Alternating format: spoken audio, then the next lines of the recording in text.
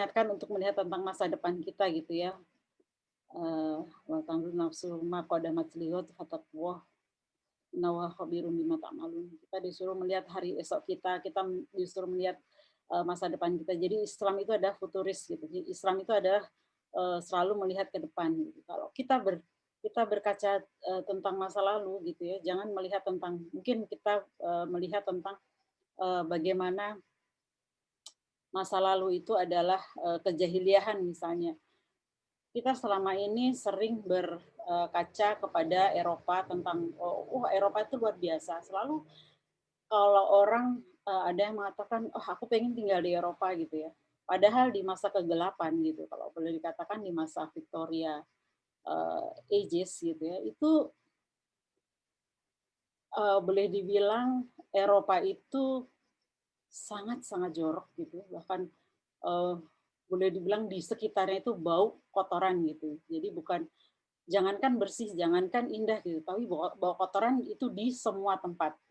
Jadi, setelah Islam masuk ke Eropa itu baru mereka berevolusi ya dari, yang jorok itu menjadi bersih. Karena orang-orang Eropa dulu mencuci baju pun itu mereka menggunakan amonia, which is amonia itu berasal dari, eee, apa namanya, air kencing manusia gitu. Jadi air kencing manusia itu dikoleksi, dijual untuk mencuci pakaian.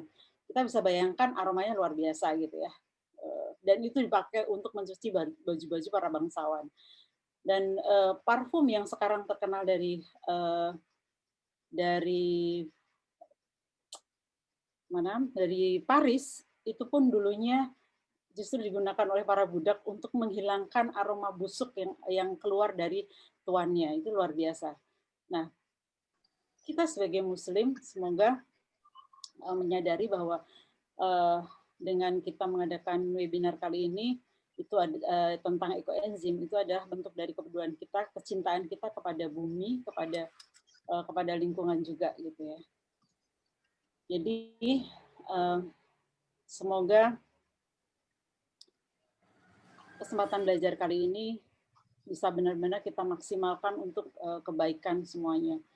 Baik, untuk selanjutnya kita akan sambutan dari Ketua HKI. Assalamualaikum. Waalaikumsalam warahmatullahi wabarakatuh. Eee, Semoga Pak Jalal sehat. Maaf nih sudah diganggu aktivitasnya hari ini. Kita minta nih, untuk acara hari ini, Pak Jalal Mahali ini sebagai Ketua HKI untuk bisa memberikan sedikit sambutan untuk acara webinar pagi ini, yaitu tentang ekoenzim. Persilahkan Pak Jalal untuk waktunya. Terima kasih kepada MC yang telah memberikan. Assalamualaikum warahmatullahi wabarakatuh. Waalaikumsalam Waalaikumsalam warahmatullahi warahmatullahi wabarakatuh. Alhamdulillahirabbil alamin. Nahmaduhu wa nasta'inu wa nastaghfiruh wa na'udzu billahi min syururi anfusina wa sayyiati a'malina.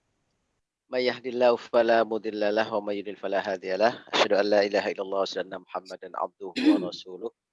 Allahumma shalli wa sallim ala sayyidina Muhammadin wa ala alihi wa ashabi ajma'in. Yang kami hormati Ketua Biputri Bu Tik Santika Dewi dan panitia webinar ekoenzim ya, ekoenzim yang sama-sama insya Allah dimuliakan Allah Subhanahu wa taala, dan juga kepada para peserta webinar pada pagi hari ini. Mudah-mudahan Allah senantiasa melimpahkan rahmat karunia kepada kita semua, sehingga pada pagi hari ini kita dalam keadaan sehat walafiat insya Allah, walaupun di masa pandemi ini mudah-mudahan kita dijauhkan dari hal-hal yang tidak kita inginkan dan kita semua tetap dalam keadaan sehat, baik sehat fisik, jasadiah maupun rohaniah. Dan tentunya di masa pandemi ini alhamdulillah saya sebagai mewakili ketua HKI ini ya, HKI Yayasan HKI, Yayasan Harmoni Keluarga Indonesia, sekali lagi mengucapkan terima kasih dan memberikan apresiasi yang sebesar-besarnya kepada para panitia webinar ini sehingga webinar ini bisa terlaksana dengan baik mudah-mudahan. Dan terima kasih juga atas partisipasi para peserta webinar ini. Mudah-mudahan webinar yang dilaksanakan pada pagi hari ini bermanfaat bagi kita semua, dan tentunya kita sekali lagi bersyukur kepada Allah Subhanahu wa taala, dan tak lupa juga kita senantiasa sebagai umat Muhammad sallallahu alaihi wasallam untuk senantiasa menyampaikan sholawat dan salam kepada junjungan kita Nabi Muhammad sallallahu alaihi wasallam beserta para keluarganya, para sahabatnya dan para pengikutnya ke akhir zaman, dan mudah-mudahan kita semua termasuk di dalamnya. Sekali lagi saya mewakili yayasan mengucapkan terima kasih, dan sebagaimana kita ketahui bahwa di masa pandemi ini memang webinar-webinar ini sangat banyak sekali ya, asal kita mampu mengikuti, mau mengikuti di mana saja, sarana atau peluang-peluang untuk mendapatkan ilmu sekarang ini sangat mudah. Kita tidak perlu pergi jauh-jauh, kita masih tetap di rumah, mungkin bisa disambi dengan mengerjakan. Suaranya kecil, Pak. Ya, suaranya kecil. Oh ya, ya mungkin ini ya, udah ya. Maaf nih karena ini. Ya, alhamdulillah sekali lagi dengan masa pandemi yang sekarang ini banyak webinar, tentu ini adalah suatu peluang yang harus kita dapatkan, karena memang sebagaimana kita ketahui setiap muslim ya kan itu fardhatun alal diwajibkan, fardhah ya, menuntut ilmu itu diwajibkan oleh Allah Subhanahu wa taala kepada setiap muslim dan muslimat.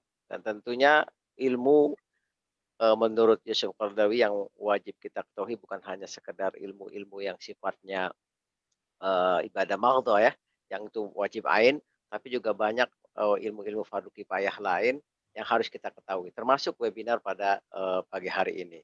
Tentu webinar pada hari ini bukan sesuatu yang kita buang-buang waktu sia-sia ya. Insya Allah kita ada manfaatnya, dan disinilah mungkin kami dari Yayasan Harmoni Keluarga Indonesia ini berusaha memfasilitasi para peserta webinar ini yang ingin memperluas wawasan keilmuan dalam rangka mengejar profesionalitas ya, profesional di bidangnya, di ibu rumah tangga, sebagai pendidik, sebagai pendakwah, kita harus profesional, dan salah satu syarat profesional itu melaksanakan dengan pengetahuan, melaksanakan dengan pengetahuan. Bagaimana kita juga bisa dari Al-Quran, wala taqfu ma laysa laka bihi ilmun, bahwa kita tidak dibiarkan untuk mengikuti sesuatu tanpa ilmu. Tentu sekali lagi kami ucapkan terima kasih kepada panitia penyelenggara acara webinar ini, dan selamat mengikuti acara webinar ini. Mudah-mudahan sekali lagi bermanfaat bagi kita semua. Dan kedepannya mungkin insya Allah Ibu Putri juga tidak hanya sebatas acara ini, insya Allah kedepannya juga masih banyak acara-acara lain yang kami mengharapkan partisipasi dari para peserta untuk tetap senantiasa mengikuti webinar ini sampai selesai, agar ilmunya dapat kita raih dengan sepenuhnya ya, 100% insya Allah. Sekali lagi terima kasih dan mohon maaf atas segala kekurangan dari saya. Demikian mungkin sekedar pembuka dari acara ini. Sekali lagi selamat menikmati acara webinar ini. Mudah-mudahan senantiasa dalam keadaan sehat dan bermanfaat bagi kita semua. Bila taufiq wal hidayah. Assalamualaikum warahmatullahi wabarakatuh. Waalaikumsalam warahmatullahi wabarakatuh. Alhamdulillah ya. Terima kasih atas apresiasi dari Pak Jalal tentang acara kita. Dan alhamdulillah kita bisa tepat waktu ya. Kita akan mulai materi seminar kita yang akan disampaikan oleh Butik. Semoga semuanya bisa menyimak ya. Insya Allah sudah 50% lebih ya pesertanya. Semoga diharapkan bisa yang lainnya segera menyusul agar tidak ketinggalan materinya. Silakan Butik untuk memulainya. Ya, terima kasih banyak Mbak Yunia. Assalamualaikum warahmatullahi wabarakatuh. Waalaikumsalam. Waalaikumsalam warahmatullahi wabarakatuh. Alhamdulillah wa syukurillah ala nikmatillah la haula wala quwata illa billah. Asyhadu an la ilaha illallah wa asyhadu anna Muhammadan abduhu wa rasuluh. Robbis rohli sodri wa yassirli amri wahlul 'uqdatam min lisani yafqahu qauli. Pak Jalal, terima kasih banyak sambutannya dari Ketua HKI Kota Tangerang. Kalau Pak Jalal mau ikut dengar, boleh. Kalau Pak Jalal mau lanjut aktivitas yang lain juga boleh. Terima kasih banyak Mbak Yunia, terima kasih banyak sebagai Ketua Pelaksana webinar hari ini. Pada hari ini saya diminta untuk berbagi dengan teman-teman sekalian yang hadir di sini tentang pembuatan ekoenzim. Kebetulan saya sudah praktek di rumah, kemudian saya ikut dengan komunitas ekoenzim Nusantara. Suara saya cukup jelas ya, terdengar ya, saya nggak pakai headset, nggak pakai mic, jadi cukup jelas ya? Sudah Bu? Oke, alhamdulillah. Oke, sudah bergerak ke slide kedua. Apa itu ekoenzim ya? Ada yang menyingkatnya menjadi EE gitu ya, tapi kalau lagi ngobrol agak lucu-lucu juga ya. Kamu udah buat EE belum gitu ya? Jadi ada yang menyingkatnya sekarang dengan singkatan EEZ, ekoenzim gitu ya, supaya nggak saru tuh sama penyebutan dengan benda yang satu gitu ya. Nah, ekoenzim itu cairan serbaguna yang dihasilkan dari fermentasi komposisinya dari sisa buah, atau kita sebutnya BO ya, bahan organik. Oke, bahan organik, kemudian yang keduanya gula, bisa gula aren atau molase. Yang ketiga air. Ini nomornya kayaknya jadi mesti diganti 3 ya, itu masih 1 air. Ekoenzim ini cairan serbaguna yang dihasilkan dari proses fermentasi tiga campuran ini ya. 3 campuran ini. Oke, lanjut. Lama pembuatan ekoenzim itu 3 bulan di wilayah tropis di kita ya. Kalau di wilayah subtropis yang dia punya musim 4 itu, mereka membuatnya butuh waktu 6 bulan. Nah, kemudian hasil akhir dari ekoenzim ini cairannya itu berwarna kecoklatan dengan aroma asam segar. Kalau ibu-ibu, hampir semua ibu-ibu, apa ada bapak-bapak juga ya di sini ya? Ada bapak-bapak juga ya. Jadi kalau bapak ibu seneng sama peyem ya, kalau kata orang Sunda, jadi tape tuh. Nah, kalau kita cium tape yang dari Kuningan tuh ya, yang dibungkus sama daun jambu, itu lama-kelamaan kalau disimpan di kulkas kan aroma fermentasinya makin kuat ya. Makin kuat, terutama kalau ada dia airnya. Nah, kira-kira ekoenzim itu seperti itulah aromanya. Kemudian warnanya ada yang coklat, ada yang kekuningan, ada yang coklat muda, ada yang coklat tua, bergantung dari BO yang dimasukkan saat kita memproses pembuatan ekoenzim. Jadi siapa penemu ekoenzim? Penemu ekoenzim itu Dr. Rusokon Mompanfang. Jadi beliau ini pendiri Asosiasi Pertanian Organik Thailand. Dia melakukan penelitian pada ekoenzim ini selama 30 tahun. Dan beliau mendedikasikan bagi bumi, kemudian membagikan ilmu ini secara gratis kepada siapa saja yang mau menjaga bumi. Masya Allah ya. Jadi beliau ini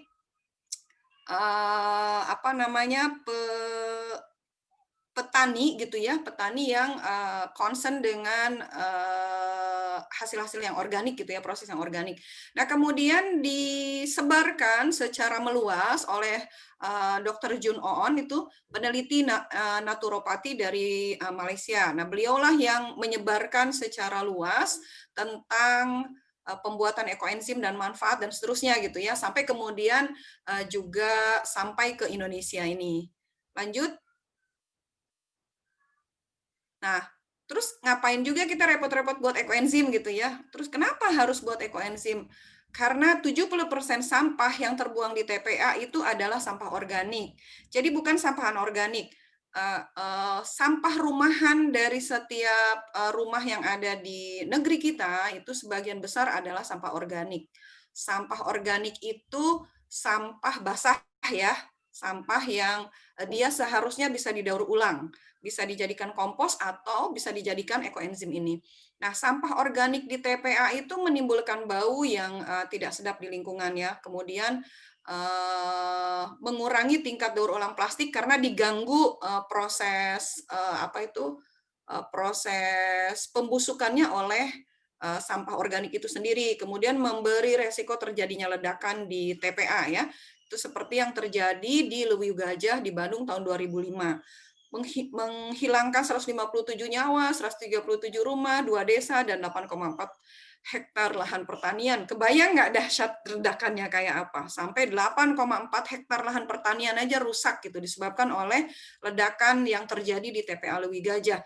Oleh karena itu kita perlu membuat ekoenzim agar kita bisa mereduksi 70% sampah yang terbuang ke TPA. Lanjut. Nah, ini desa di Leuwi Gajah yang tertimbun oleh longsoran sampah di tahun 2005 ya. Jadi begitu ngebom itu ya kayak gitulah jadinya ya. Kemudian kenapa juga perlu buat ekoenzim? Dengan membuat ekoenzim ini kita sudah mengolah sebagian besar sampah kita di rumah. Nah, karena kita sudah olah di rumah, otomatis beban TPA jadi berkurang dong. TPA kita di Kota Tangerang itu ada di Rawakucing. Kalau teman-teman jalan ke sana, sekarang sedang dibuat sih sama pemerintah udah agak rapih gitu ya. Bekas-bekas sampah itu dibikin gundukan-gundukan. Jadi dia bilangnya Taman Teletabis gitu ya. Jadi ada gundukan-gundukan yang itu bisa menjadi tempat rekreasi lah masyarakat Kota Tangerang di Rawakucing itu. Tapi yang masih di sisi blok lainnya ya tumpukan-tumpukan sampah yang diambil dari masyarakat yang kemudian ditaruh di sana gitu ya. Itu bertumpuk luar biasa dan akhirnya memang harus dikelola dengan sangat baik gitu ya oleh pemerintah dalam hal ini. Lanjut.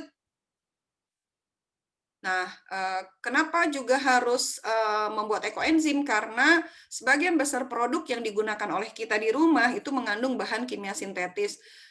Ada nggak di rumah kita yang terhindar dari bahan sintetis yang berbahaya gitu ya, bahan kimia sintetis yang berbahaya? Mulai dari misalnya sabun mandi, sampo, kemudian pengesat lantai, Superpel lah ya. Nah, itu kan pakai merek ya. Ting ting harusnya gitu hilangin ya. Terus ada karbol. Kalau karbol bukan merek ya, tapi ini Nepal lah itu satu merek. Jadi yang menyebutkan merek. Kemudian sekarang yang karena pandemi kita beli desinfektan. Apakah kita yakin desinfektan yang kita beli juga tidak berbahan kimia sintetis yang berbahaya? Kalau sekali-sekali nyemprotnya mungkin nggak masalah, tapi kalau setiap hari ketika kita datang ke rumah, tasnya disemprot pakai desinfektan di depan rumah, kemudian cuci tangannya pakai sabun yang juga berbahan kimia sintetis, ya nggak mustahil sekian tahun kemudian akan banyak terlahir anak-anak yang berkebutuhan khusus karena kerusakan di otaknya. Kenapa? Penumpukan residu yang terjadi, yang dihisap oleh anggota keluarga, yang itu yang itu sangat berbahaya bagi kehidupan kita ke depan. Lanjut. Nah, kemasan dari produk-produk yang tadi kita gunakan itu ternyata mencemari lingkungan. Ya sih, kita belinya refill, tapi refill kan tempatnya juga plastik ya. Kecuali kita datang tuh ada orang taruhnya drum-drum gitu ya. Jadi kalau kita mau beli yang untuk pengesat lantai, kita tinggal masukin botolnya, dia isi, kita pulang gitu ya. Kayak zaman dulu kalau kita orang tua kita kan, kalau saya ngalamin ya, disuruh beli minyak tanah ya ke warung kan gitu ya, kita bawa kompannya, kemudian minyak tanahnya dari drum dimasukkan ke dalam kompan, terus kita bawa pulang, terus diisi ke kompornya kan gitu ya. Saya waktu kecil ngalamin juga yang kayak gitu. Tapi sekarang kan hampir semua kebutuhan rumah tangga kita itu berkemasan ya, sementara barang yang di dalamnya sudah selesai kita gunakan dan habis, kita masih mewariskan sampah bagi bumi ini gitu ya. Nah, sementara sampah-sampah plastik itu mencemari lingkungan dan dia agak sulit didaur ulang. Teman-teman tentu tahulah berapa tahun sih butuh mengurai sampah-sampah plastik. Kitanya mah udah jadi bangkai gitu ya, tinggal tulang belulang ketika kita dikubur, tapi sampah-sampah plastiknya masih terus bersaksi bahwa itu adalah sampah plastik yang dihasilkan oleh kita gitu ya. Itu harus dipikirkan. Lanjut berikutnya. Ekoenzim ini juga sebagai alternatif alami dari bahan kimia sintetis yang berbahaya di rumah ya, yang kita gunakan selama ini. Nanti dia ekoenzim ini bisa kita gunakan untuk pengganti-pengganti yang tadi tuh. Bisa untuk cuci baju, kalau nanti ditambah dengan lerak ya.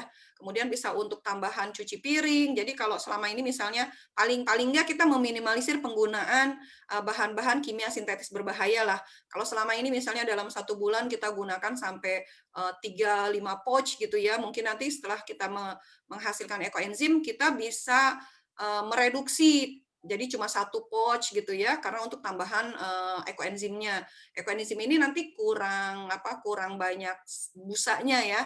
Kadang-kadang asisten rumah tangga kita tuh nggak puas kalau nyuci sesuatu kurang busanya ya nggak sih? Padahal penghematan airnya jadi lebih signifikan karena tidak perlu terlalu lama membilas, tidak perlu terlalu lama mencucinya karena sudah kesat gitu ya, tanpa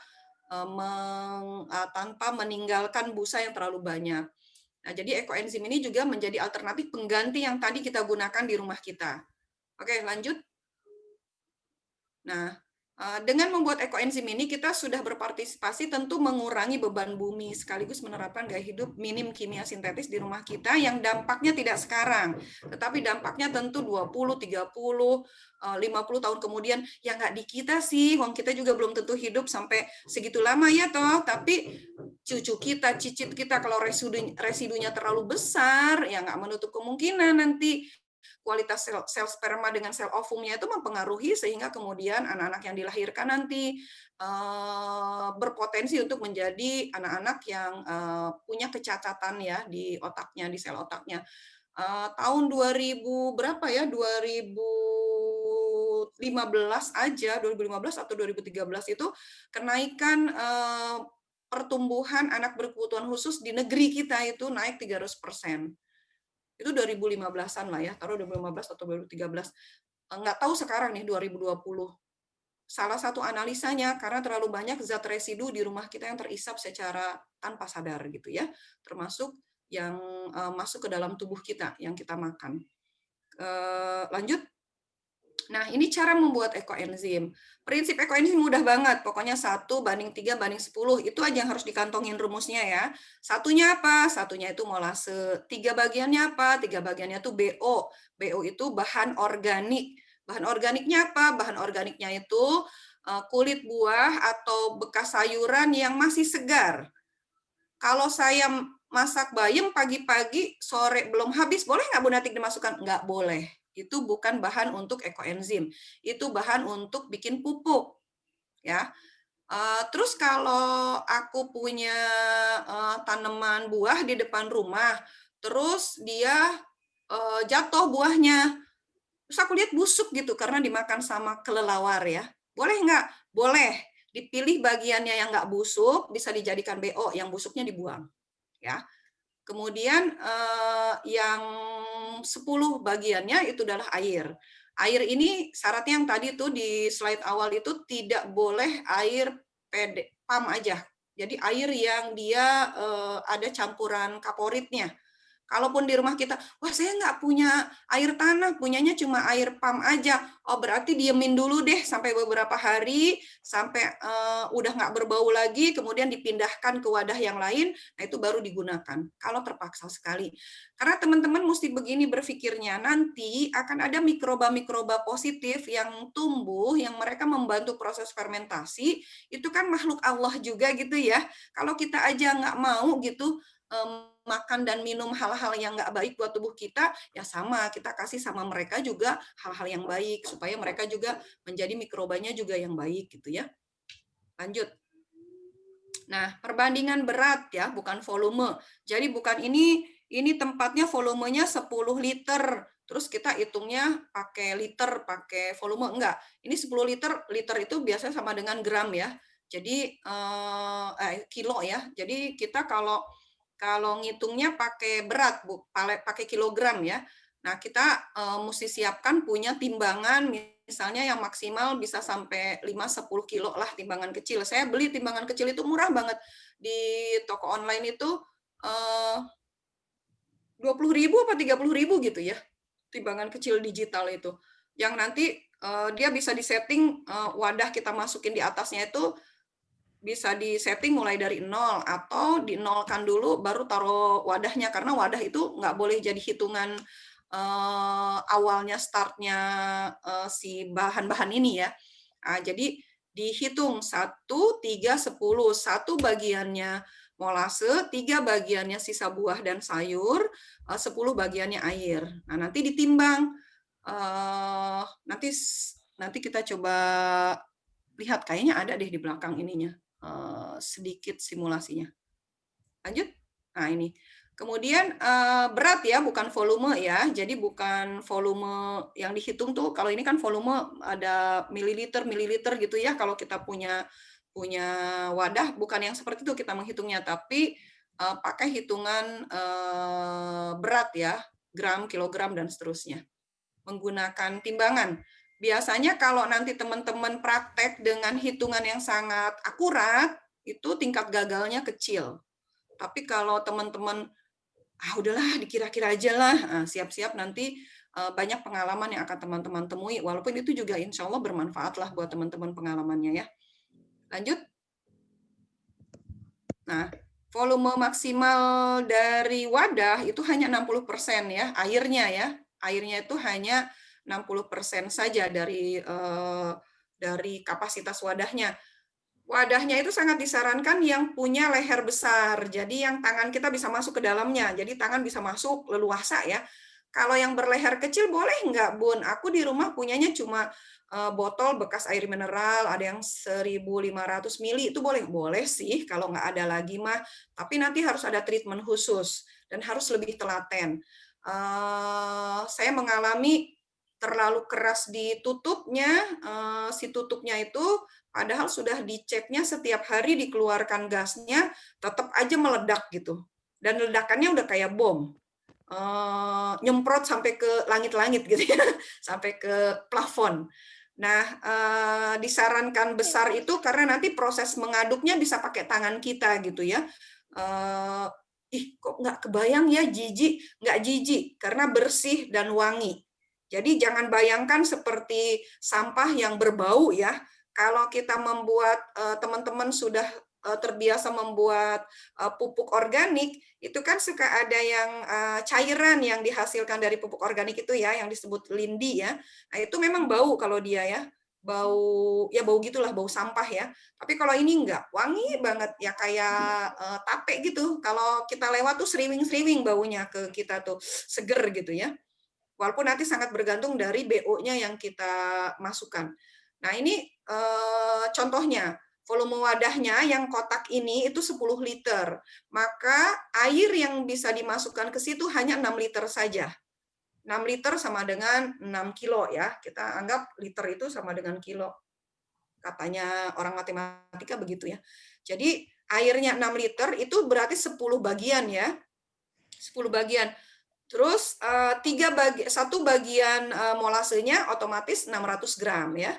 Kemudian 3 bagian sisa buah atau sayurannya berarti 600 dikali 3 ya, 1.800 gram. Kalau udah ketemu hitungan molasenya lebih mudah tuh ngitung BO-nya. Ini kan teman-teman nanti akan melibatkan asisten rumah tangga di rumah, ya nggak sih? Melibatkan tetangga-tetangga yang nggak bisa ngitung ya. Jangankan yang bisa ngitung, yang nggak bisa ngitung, yang bisa ngitungnya suka bolak-balik. Bu Nati, kalau segini berapa airnya gitu ya. Kadang ada orang senang mulainya dari BO-nya yang tersedia. Ada orang senangnya mulainya dari wadah yang tersedia. Ada orang yang senang mulainya dari molase yang tersedia. Boleh bebas sih. Acuannya yang penting 1 bagian molase, 3 bagian BO, dan 10 bagian 10 bagian apa tadi, air ya. Yang paling penting airnya tidak air pam aja. Kalau yang lain boleh. Yang lebih bagus tuh air pembuangan AC tuh ditampung sama teman-teman pakai apa, jerigen-jerigen tuh ya, jerigen kecil. Nah, itu bagus sekali buat proses membantu fermentasi ekoenzimnya. Lanjut. Nah, bahan ekoenzim itu semua sisa buah sayuran ya yang dapat digunakan kecuali udah dimasak. Jadi udah proses dimasak, mau direbus, digoreng, ditumis itu nggak bisa jadi bahan ekoenzim karena dia sudah diproses. Dia harusnya harus yang segar ya. Raw food, harus yang raw food. Kemudian nggak bisa juga yang kering dan keras, misalnya kulit salak ya, kulit salak itu kan kering ya sama keras. Nah, itu sebaiknya tidak dijadikan BO. Yang ketiga berlemak itu ini yang salah 4-nya ini. Alpukat, daging alpukat, durian, kelapa, atau itu kulitnya si kacang, sama kacangnya itu nggak boleh. Yang berminyak, yang berlemak itu nggak boleh dimasukkan menjadi bahan organiknya untuk pembuatan ekoenzim. Selain itu boleh.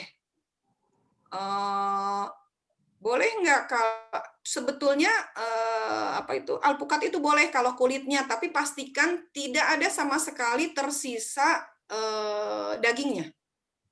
Ya. Oh, kalau gitu dijemur aja dulu, nggak boleh karena kering. Dia harus yang fresh.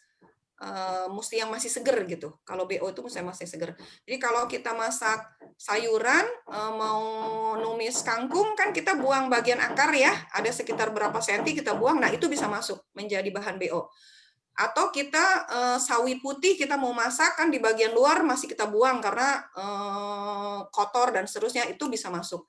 Bagian ujung di sawi putih itu kan kita potong juga, itu bisa masuk. Bagian ujung di sawi hijau bisa masuk. Yang hari itu kita masak ya, itu masih bisa masuk karena itu masuk sayuran segar. Lanjut. Oke, nah tips membuat ekoenzim ini, sisa buah atau sayuran itu, kalau kita masih punya banyak waktu, sebaiknya dicacah kecil-kecil supaya kita membantu pekerjaan mikroorganisme itu ya, yang hewan-hewan kecil yang membantu proses fermentasi itu kita bantuin lah, nggak gede-gede amat gitu ya. Kita potong-potong sambil iseng-iseng lah di dapur gitu, nungguin sambil ngegoreng kan ada nganggurnya ya potong-potong lah tuh si BO-nya. Nah, semakin banyak bahan yang digunakan, semakin kaya hasil ekoenzimnya. Karena dia disebut enzim ya, otomatis makin beragam jenis sayuran dan buahnya, maka akan makin kaya enzim yang dihasilkan. Teman-teman aktivis pembuat ekoenzim ini paling enggak 5-7 macam biasanya mereka memasukkan, itu paling minimal. Jadi makin kaya, makin 10-20 jenis itu makin baik. Dan ini sebetulnya menjadi indikator makanan kita di rumah. Apakah kita sudah mengkonsumsi ragam enzim untuk tubuh kita atau enggak gitu. Nah, itu bisa jadi warning kita gitu, bisa jadi evaluasi buat kita di rumah. Oh, ternyata di rumah kita tuh setiap hari buahnya pisang terus gitu. Enggak beragam. Alasannya yang gampang, nggak perlu dikupas-kupas, tinggal ting ting ting ting dimakan gitu ya. Kalau saya di rumah, kalau buah tiap hari minimal harus 3 warna, minimal 3 warna. Wah, gaya banget 3 warna, mahal dong, kata siapa gitu ya. Cari buah-buah yang murah. Ya jangan anggur, stroberi, apel ya, tekor dapur kita nanti ya. Tapi kalau saya di rumah misalnya pepaya, pisang, dengan apa? Pepaya, pisang, yang paling sering tuh saya pepaya, pisang, kalau lagi musim mangga dengan mangga, kalau yang hampir sering ada setiap saat itu melon, semangka, itu menjadi buah-buah yang rutin dikonsumsi di rumah saya. Minimal buah 3 warna, minimal sayur 3 warna kalau di rumah saya. Mau ditumis, mau bikin sayur bening, harus 3 warna. Mau bikin salad 3 warna gitu. Kenapa? Karena lebih dari 3 warna minimal 3-5 warna, aneka sayuran dan buah yang dikonsumsi oleh kita, maka ketersediaan enzim di dalam tubuh kita juga semakin baik gitu, semakin ragam, semakin banyak. Dan itu semakin baik buat tubuh kita. Nah, jadi nanti kalau mau buat ekoenzim, ya bagusnya sih beragam. Nah, itu juga jadi indikator pola makan hidup sehat kita di rumah ya. Kalau saya biasanya kerjasama sama tukang rujak. Di depan kompleks seberang saya itu ada tukang rujak. Suka ada kresek di di handle dia yang suka buat dorong itu ya. Minta, Mas boleh minta nggak sampahnya? Boleh Bu, dia bengong paling ya. Kok Ibu malah minta sampahnya gitu ya? Karena untuk pembuatan ekoenzim ini untuk BO-nya. Dan kalau tukang buah potong atau tukang rujak udah pasti tuh ragamnya banyak gitu ya, paling nggak lebih dari tiga macam lah, 3 warna ya, 3 warna buah. Atau kerjasama sama tukang-tukang yang jualan buah. Nah itu cari-cari deh. Saya ada temen jualan buah potong, jualan jus, itu biasanya saya WA kalau saya lagi kepengen bikin ekoenzim, saya WA dia. Ada sampah nggak? Ada, ambil. Oh, saya ke rumahnya itu bisa sekarung gitu ya, bisa bikin ekoenzim berapa liter deh tuh. Jadi nggak ada alasan kita nggak punya sampah. Tapi yang paling utama sebetulnya pembuatan ekoenzim ini adalah menyelesaikan urusan sampah dapur kita. Ya, kecuali teman-teman misalnya, oh saya mau bikin banyak, mau nanti kalau sudah panen 3 bulan kan karena panennya lama, saya mau packing dan saya mau bagikan ke tetangga supaya semua merasakan manfaat dari pembuatan ekoenzim yang saya buat gitu. Itu boleh. Yang tadi ya usaha kerja sama tukang sampah, kerja sama teman yang jualan buah gitu ya. Tapi jangan lupa sampah rumahnya harus udah beres dulu sehingga sampah kita keluar itu udah tinggal sisanya sedikit gitu. Jadi nggak boleh sibuk sama menampung sampah dari luar, sampah rumahnya malah nggak dikelola gitu ya.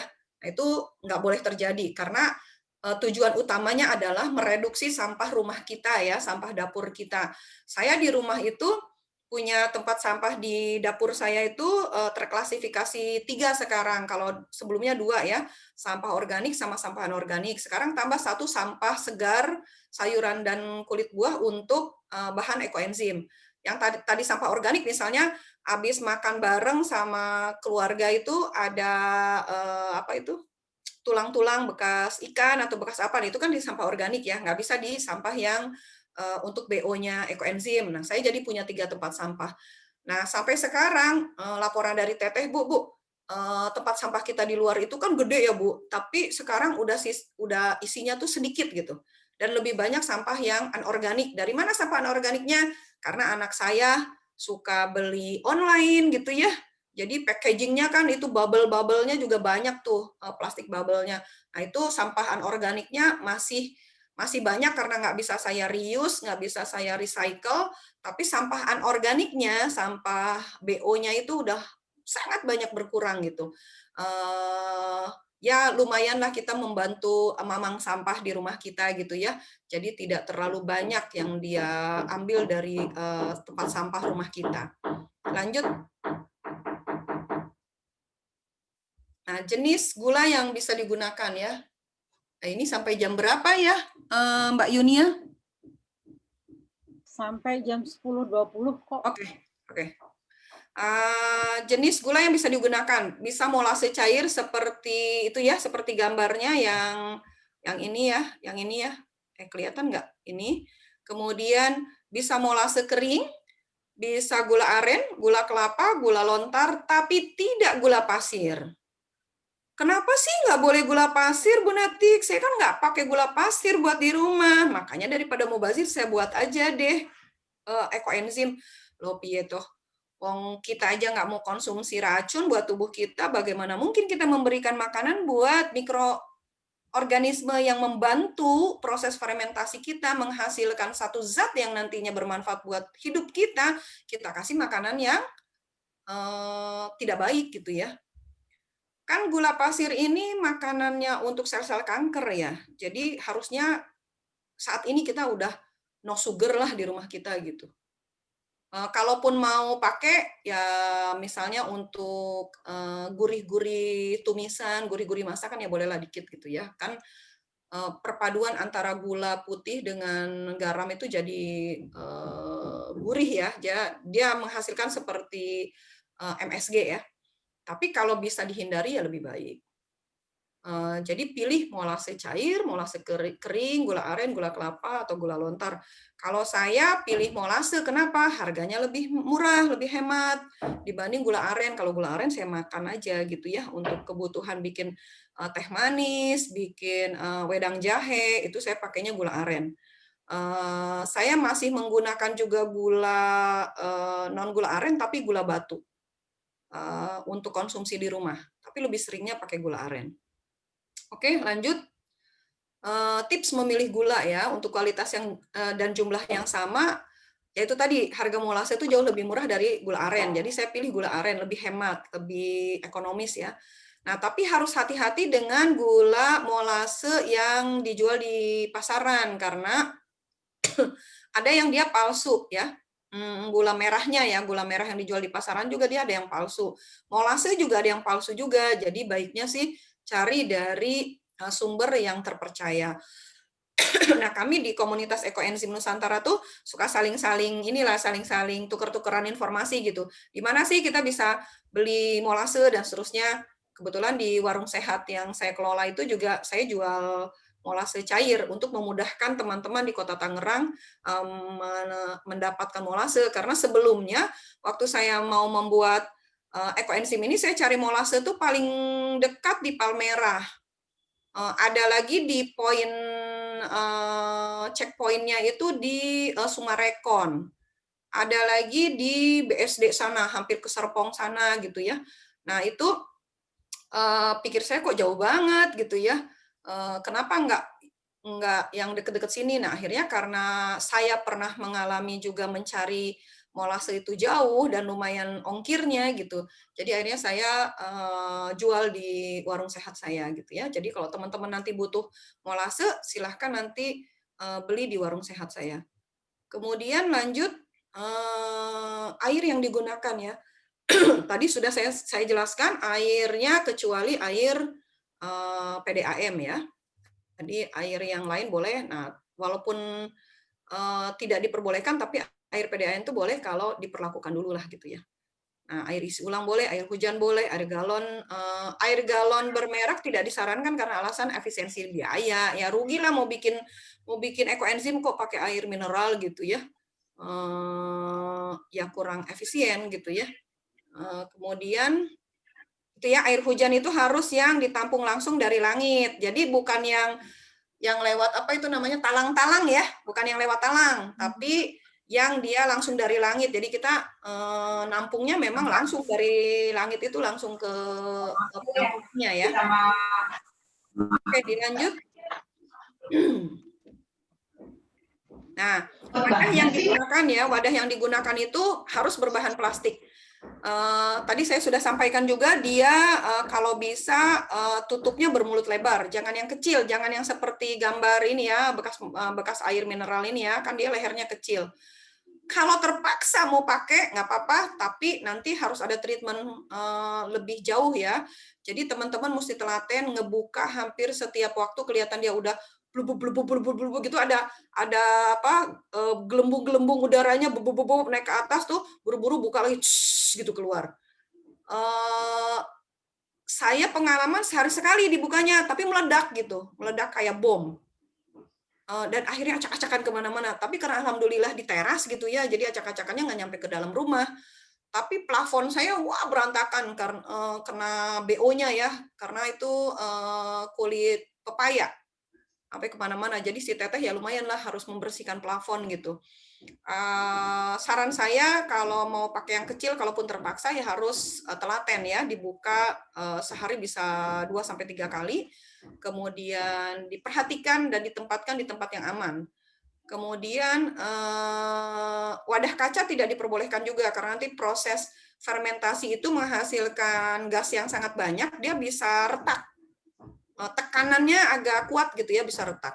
Jadi yang aman itu yang plastik-plastik seperti yang gambar-gambar yang di sini ya. yang diameternya gede, yang tangan kita bisa masuk sampai ke dalam gitu ya. Nah itu yang disarankan. Oke, lanjut.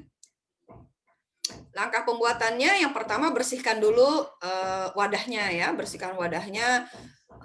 Apalagi kalau wadahnya udah lama nggak dipakai gitu, tentu ada kotorannya, ada debu-debunya dan lain-lain, itu bersihkan dulu. Terus setelah itu dibersihkan betul dari, kalau kita pakai sunlight atau pakai apa tuh, sampai dia betul-betul kesat lah ya, bersih. Terus ukur volume wadahnya. Ini volume wadah ini berapa ya? Oh ini ternyata 60 liter gitu ya. Nah maka kita tentukan 60% dari 60 liter itu. Nah 60% itulah airnya dimasukkan ke dalam wadahnya. Ya. Kemudian langkah yang kedua, lanjut. Nah langkah yang kedua, kita ini menakar apa gulanya, molasenya ya. Satu bagian dari yang tadi 10 bagiannya si air ya. Kita udah timbang, setelah kita timbang masukkan, campurkan dengan air, terus kita aduk. Kita aduk sampai dia nyampur. Kadang-kadang molase itu begitu kita masukkan, dia suka namper di bawah. Namper itu apa ya?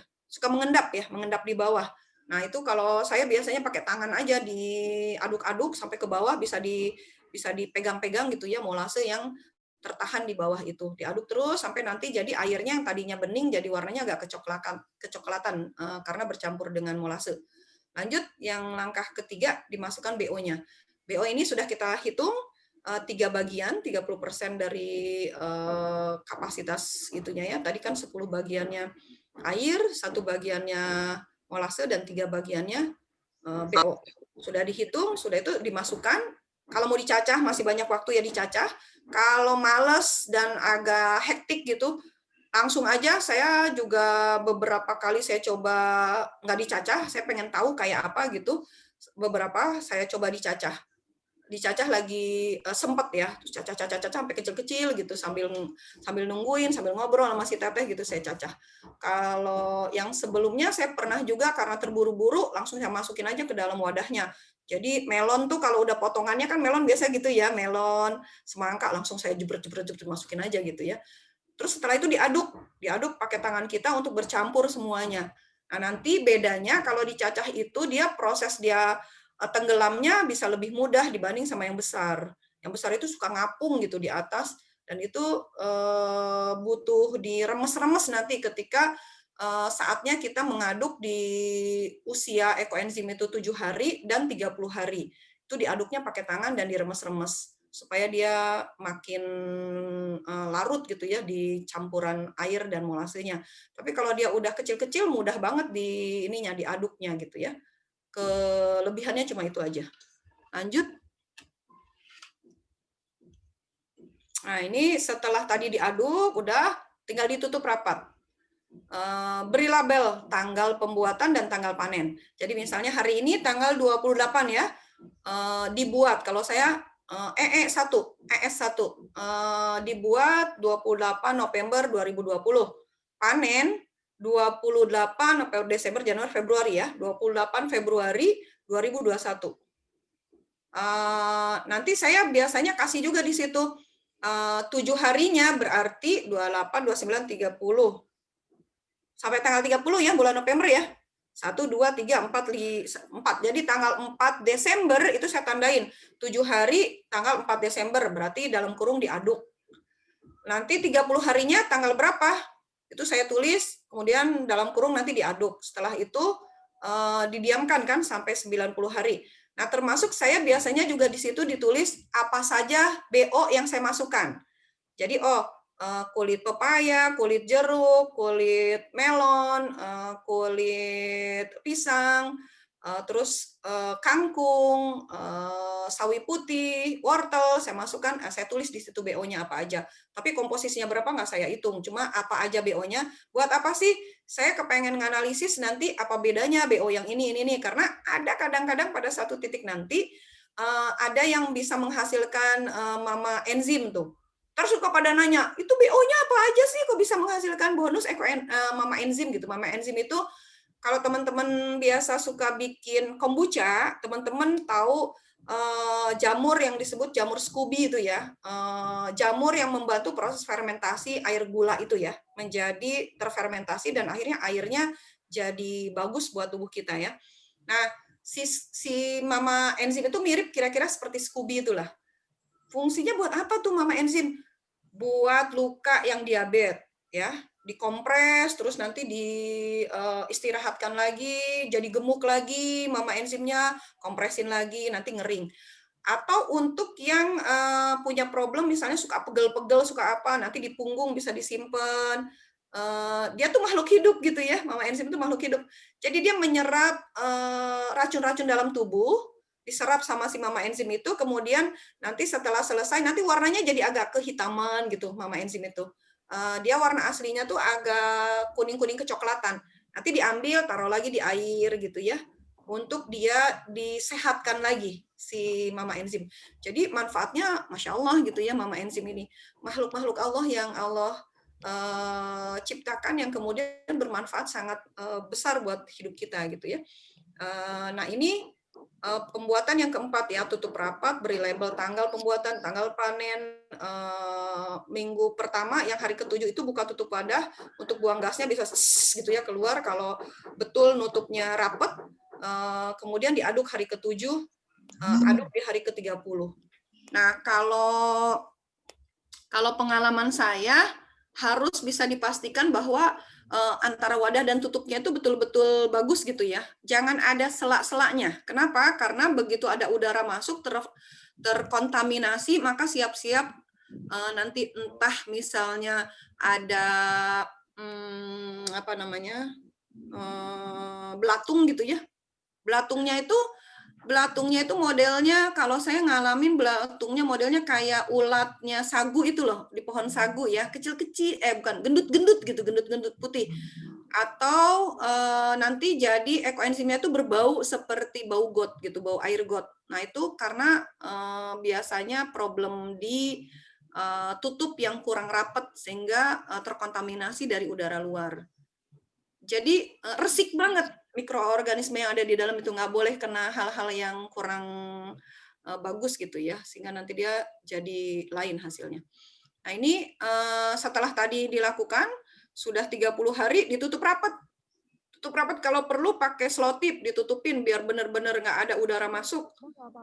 Nah ya, jadi buka tutup wadah itu hanya di hari ke-7, hari ke-30, dan nanti hari ke-90. Nah setelah itu kita ngamatin tuh, ada belatung nggak sih hidup di larutan kita, ada larutan berbau got nggak sih, larutannya berbau got nggak sih gitu di ekoenzim yang kita buat.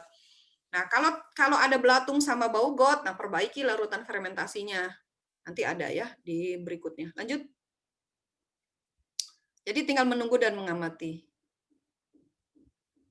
Lanjut. Oke, lokasi penyimpanan. Setelah selesai kan kita mau tinggal nunggu aja ya. Nah enaknya memang kalau wadahnya kayak gini nih, jadi wadahnya transparan. Kita bisa observasi dari luar proses sains yang terjadi di dalam wadah itu ya. Kalau dia nggak transparan, penasaran gitu, pengen lihat kayak apa sih. Akhirnya kita tergoda untuk buka ininya, untuk buka wadahnya. Nah itu kalau dibukanya terlalu lama, ada resiko di mana bisa terjadi kontaminasi tadi itu ya. Nah kemudian untuk menghindari kontaminasi itu tempatkan wadah larutan fermentasi di tempat yang tidak terkena sinar matahari langsung. Jadi nggak boleh kena sinar matahari langsung, nggak boleh terjemur ya. Terus memiliki sirkulasi udara yang baik. Ada temen naruhnya di kamar yang lembab, itu lain hasilnya gitu. Ternyata makhluk hidup di dalam itu yang membantu proses fermentasi itu juga butuh cahaya ya. Jadi dia jangan di tempat yang lembab, jangan di tempat yang di gudang misalnya, udahlah ini cairan apalah dari sampah taruh aja di gudang gitu, pengap, lembab, kotor gitu. Dia biasanya kurang berhasil ya, kurang sukses lah gitu membuat ekoenzimnya.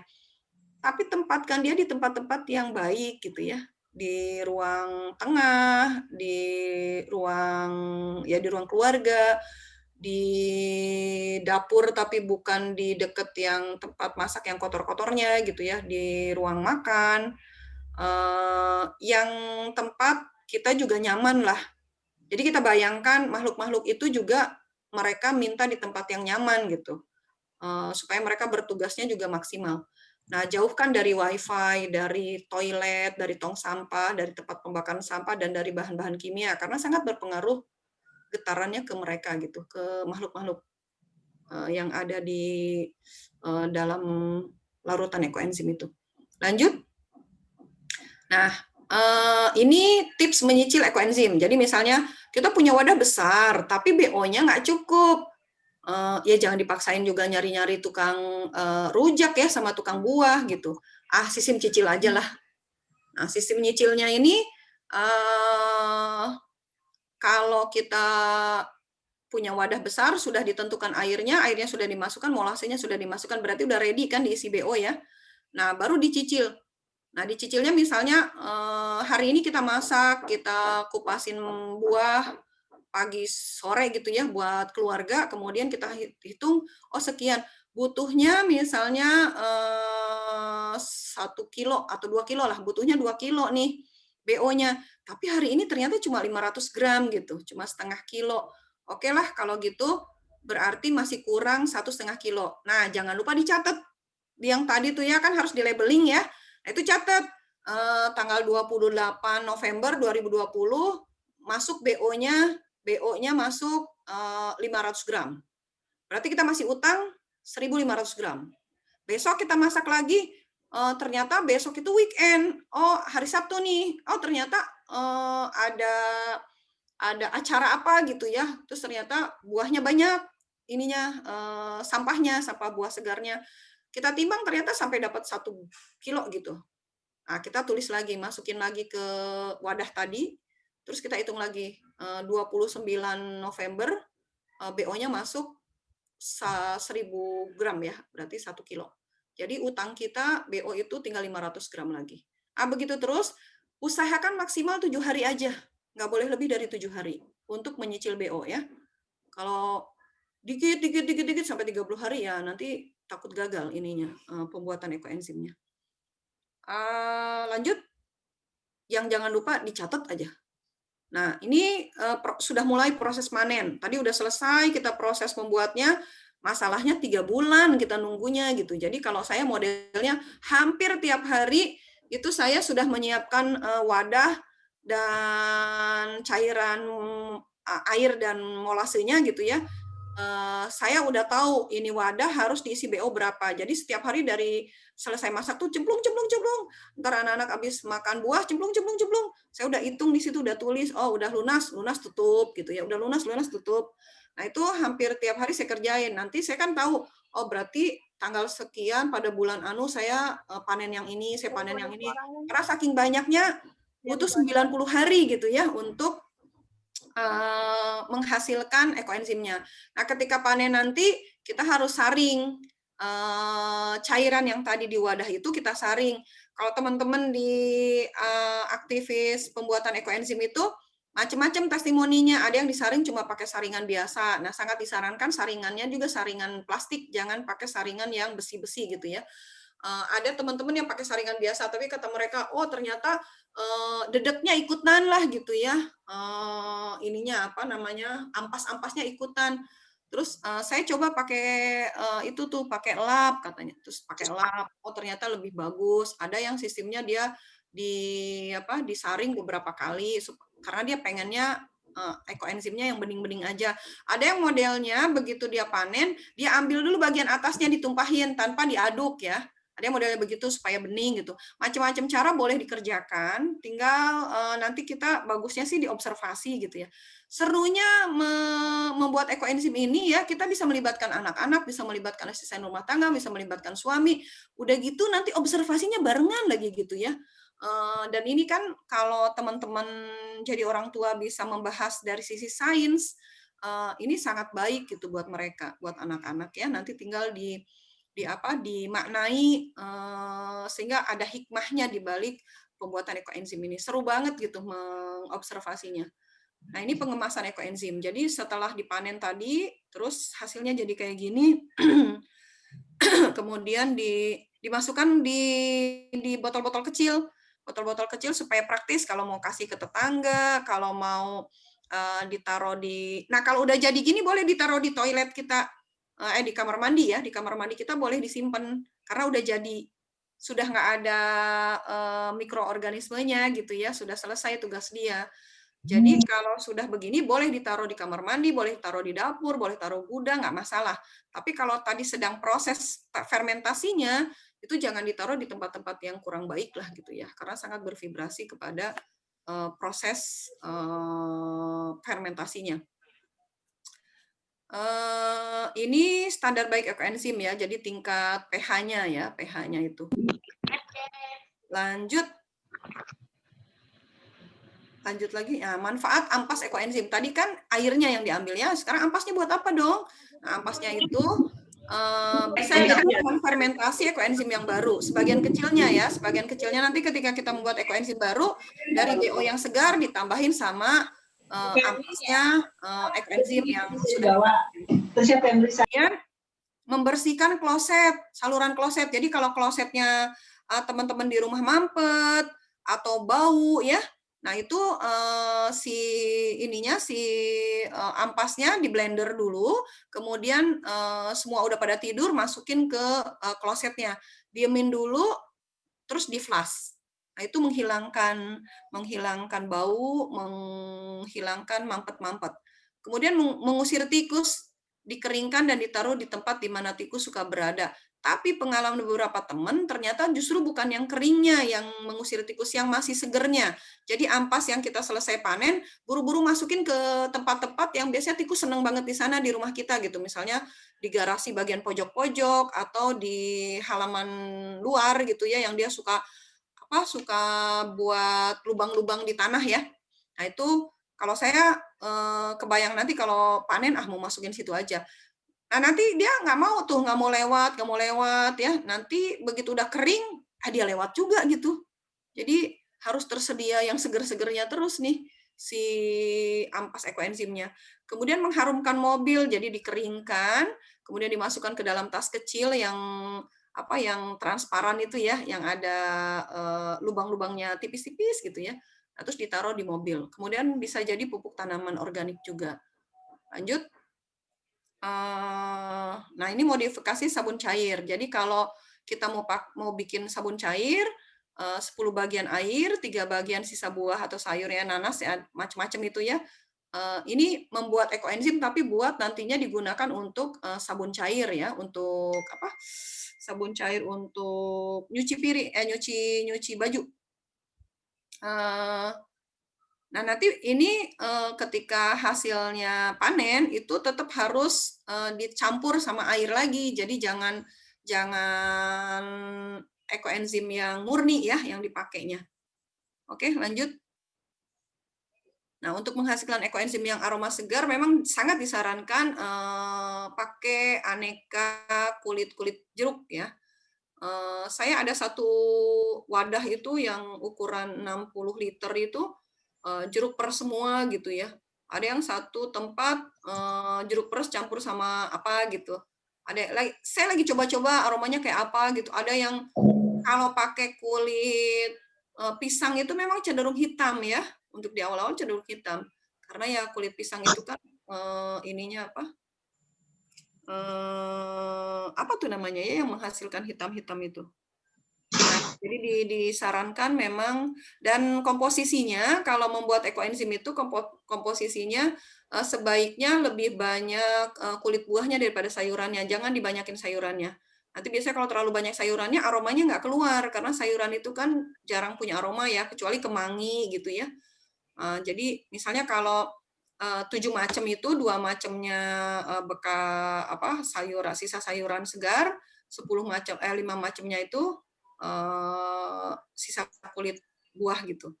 Nah, kalau nanti mau buat aromaterapi untuk teman-teman bikin apa tuh namanya yang aromaterapi di rumah-rumah, saya juga bikin sih.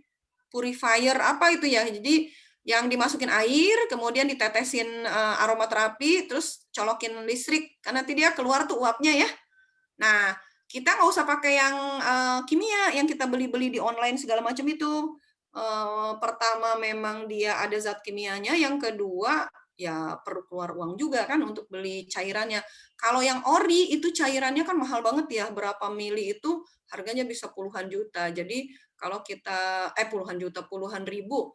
Kalau kita butuhnya variannya banyak ya lumayanan ratus-ratus ribu itu yang oh ya essential oil betul. Terima kasih. Nah, kalau sudah punya cairan ekoenzim ini bisa digunakan untuk itu campuran aromaterapi. Nanti ditambahin tadi yang ekoenzim yang sudah dipanen itu dicampur lagi, dibiarkan lagi terfermentasi 1 bulan paling. Kasih daun jeruk purut, satunya kasih daun mint, satunya kasih serai, satunya kasih rosemary, satunya kasih kemangi gitu. Semua dikasih, terus didiamkan selama 1 bulan, terus dipakai deh nanti. Wangi sekali seperti yang kita beli-beli di online shop itu. Tapi kalau ini kan wanginya alami. Kalau yang kita beli-beli itu kan dia pewangi buatan ya. Jadi kimia sintetis. Lanjut. Nah, ini kalau yang tadi ya ada masalah nih, belatung muncul, terus gimana dong? Nah, ini betul belatungnya kayak gitu. Utet-utet, lompat-lompat ke atas gitu ya, gitu. Saya kan agak geli sama belatung itu. Jadi belatung itu kalau muncul, kalau air ekoenzimnya itu tidak berbau got, dia baunya tetap bau fermentasi, bau seger gitu ya. Maka yang harus kita lakukan adalah dijemur selama 30 menit selama 3 hari. Nah, repot kalau teman-teman wadahnya yang 60 kilo kan, ngangkatnya juga lumayan ya. Terus minta tolong sama tukang kebun gitu ya, sama satpam kalau kita punya di komplek kita ada satpam. Jadi menurut saya setelah saya ngalamin pembuatan ekoenzim ini, kalau tempat wadahnya tidak bisa kita pastikan rapat atau cara naruhnya nggak benar gitu ya, sebaiknya sih menurut saya sebaiknya berwadah kecil aja. Supaya kalau ada masalah, teman-teman tinggal angkat. Kalau cuman 5 liter kan kecil lah ya. Jadi diangkat aja, taruh ke halaman kita, halaman rumah kita, atau di atas di tempat jemuran kita, tapi harus kena sinar matahari langsung. Itu 30 menit selama 3 hari. Diperiksa lagi di hari ke-7. Kan udah dijemur nih. Nggak usah diapa-apain, nggak usah dibuka, nggak usah dibuang tuh si belatung-belatungnya nggak usah dibuang.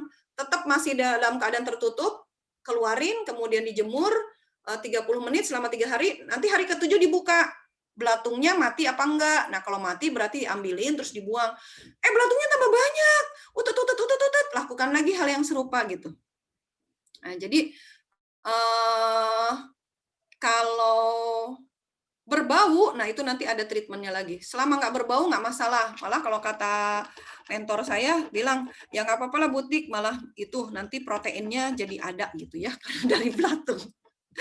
Tapi kemarin saya tengok udah 30 hari aja belatungnya masih ada utet gitu. Akhirnya si teteh buang-buangin, diambil pakai serokan, kemudian dibuang ke kolam ikan saya. Ada ikan nila di rumah saya itu. Terus kata si teteh, bu, rebutan bu, makan itu belatung yang ada di ekoenzim gitu. Kan gendut-gendut banget gitu ya, putih gendut-gendut.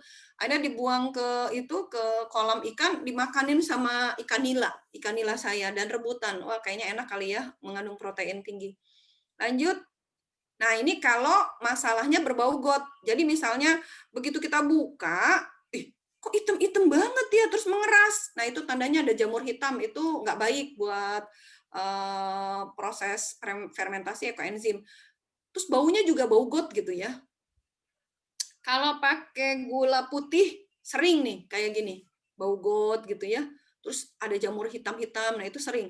Tapi kalau pakai molase atau pakai gula aren, hampir jarang kasusnya ada jamur hitam atau berbau got. Nah, penyebabnya itu kontaminasi mikroba tidak baik, kemungkinan karena lokasi penempatan wadahnya yang kurang baik. Jadi misalnya, ternyata deket sama toilet, ternyata deket sama ini gitu. Bukan, ini Pak Gugun apa Bu Gugun Setiawati. Jadi bukan maggot. Kalau maggot beda lagi. Kalau ini memang belatung. Saya juga tanya sama ini ya, aktivis-aktivis persampahan ya. ini apa bisa diteliti, jadi belatung yang di ekoenzim ini kok bersih banget, putih gitu ya, gendut-gendut banget. Kalau orang-orang Papua itu kan yang ada di sagu-sagu itu kan dimakan ya, dibikin rempeyek gitu, karena itu kan bukan belatung kali kalau itu ya, ulet ya namanya ya, ulet sagu gitu ya. Kalau ini sih katanya belatung, jadi belum ada yang meneliti apakah belatung ini juga bermanfaat gitu buat kita. Atau dia lebih banyak Terpakasannya Azam ikut main ya. nggak tahu juga sih saya, tapi yang jelas ketika saya tanya-tanya sama mentor-mentor belum ada yang meneliti gitu. Tapi kemarin kita kasih aja sama apa tuh ikan nila kita gitu. Nah kalau bau got itu perbaiki lokasi penempatan wadah ya. Jadi tempatkan wadah tertutup di bawah sinar matahari sama seperti tadi 3 hari selama 3 hari 3 jam itu dijemur. Nanti cek lagi setelah 7 hari. Apakah ada perubahan ataukah masih sama atau makin bau gitu. Lanjut. Nah, kalau dia makin bau setelah 7 hari dicek gitu, masih baunya ada atau bahkan makin kuat, maka masukkan lagi gula molasenya sejumlah tangkaran awal. Jadi kalau di wadah itu dulu 3 bulan yang lalu kita masukkan itu molasenya 1 liter gitu ya. Maka kita masukkan lagi 1 liter. Terus lakukan lagi fermentasi selama 3 bulan. Nanti lihat lagi kondisinya seperti apa. Lanjut.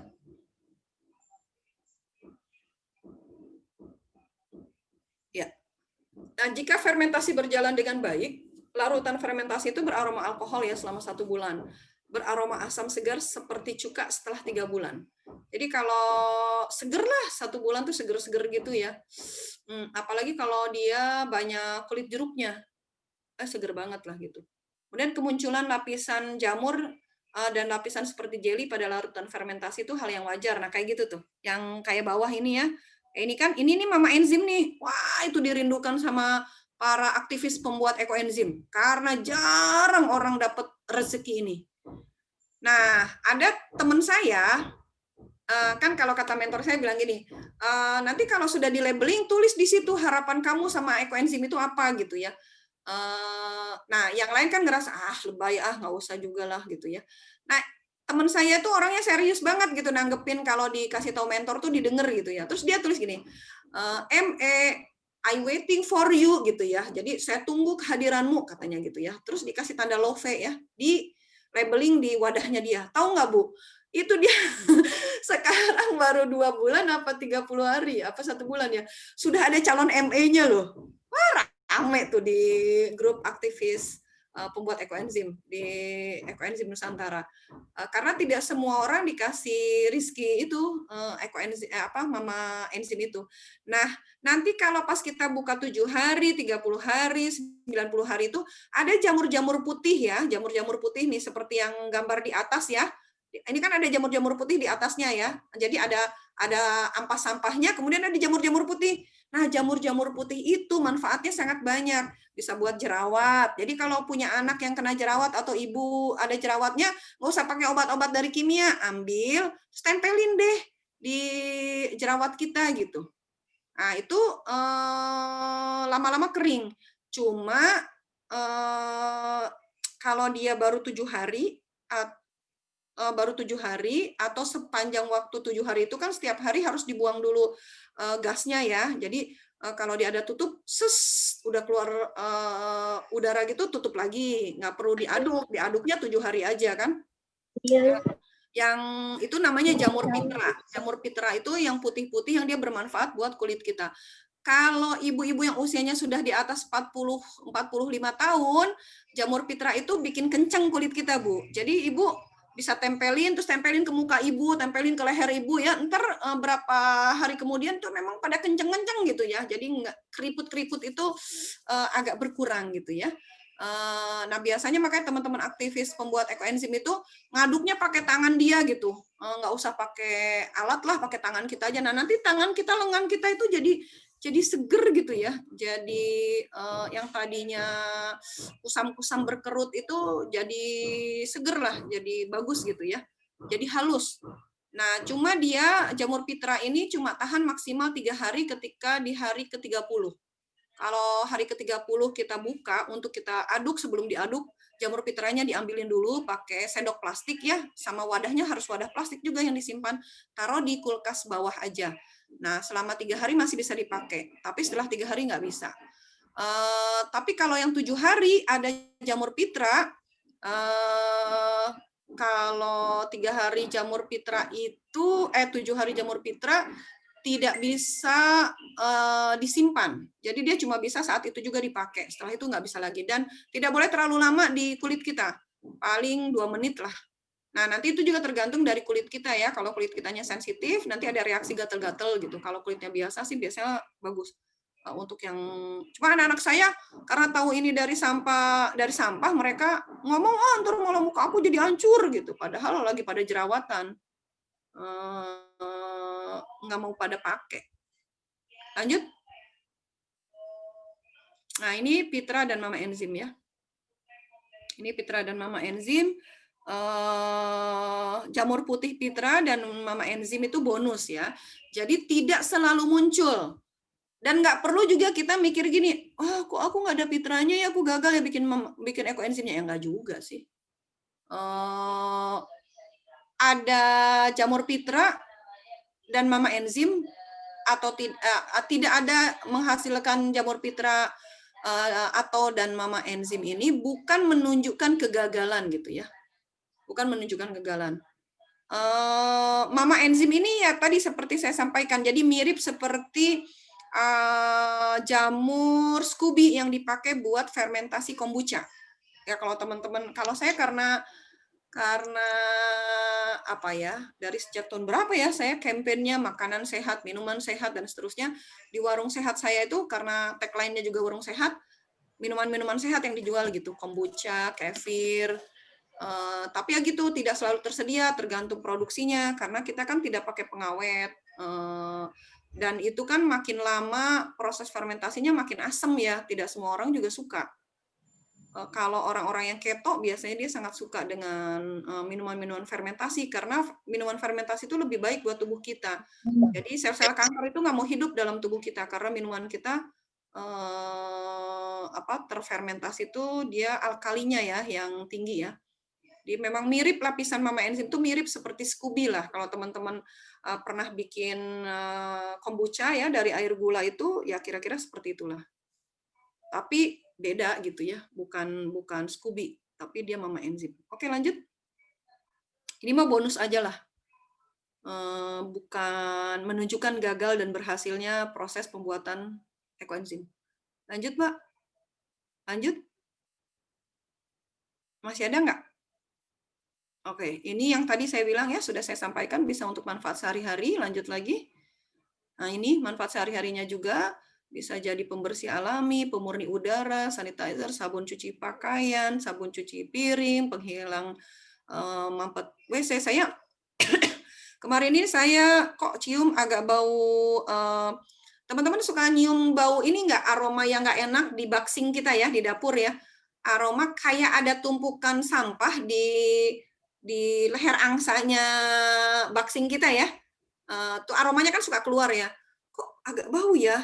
Kebetulan saya punya ekoenzim dikasih sama temen yang sudah terlebih dahulu panen ya. Terus saya kocorin tuh malam sebelum tidur, saya kocorin dulu ke saluran baksing saya. Saya kocorin 1/4 botol air mineral yang 600 mili. Saya kocorin terus setelah itu saya diemin. Besoknya itu hilang baunya. Jadi bau-bau yang tadi tuh hilang gitu ya. Mudah-mudahan mungkin ada kali ya tumpukan sampah di bawah itu. Kan kalau leher-leher angsa itu kan rada susah ya sampah itu mau keluar mungkin ya. Mungkin ada di situ, saya belum bersihin sih. Lumayan membantu, jadi bau aromanya jadi hilang gitu. Mudah-mudahan sampah yang di situnya juga hilang. Nah, manfaat untuk alam itu untuk meningkatkan kualitas udara, air, dan tanah ya.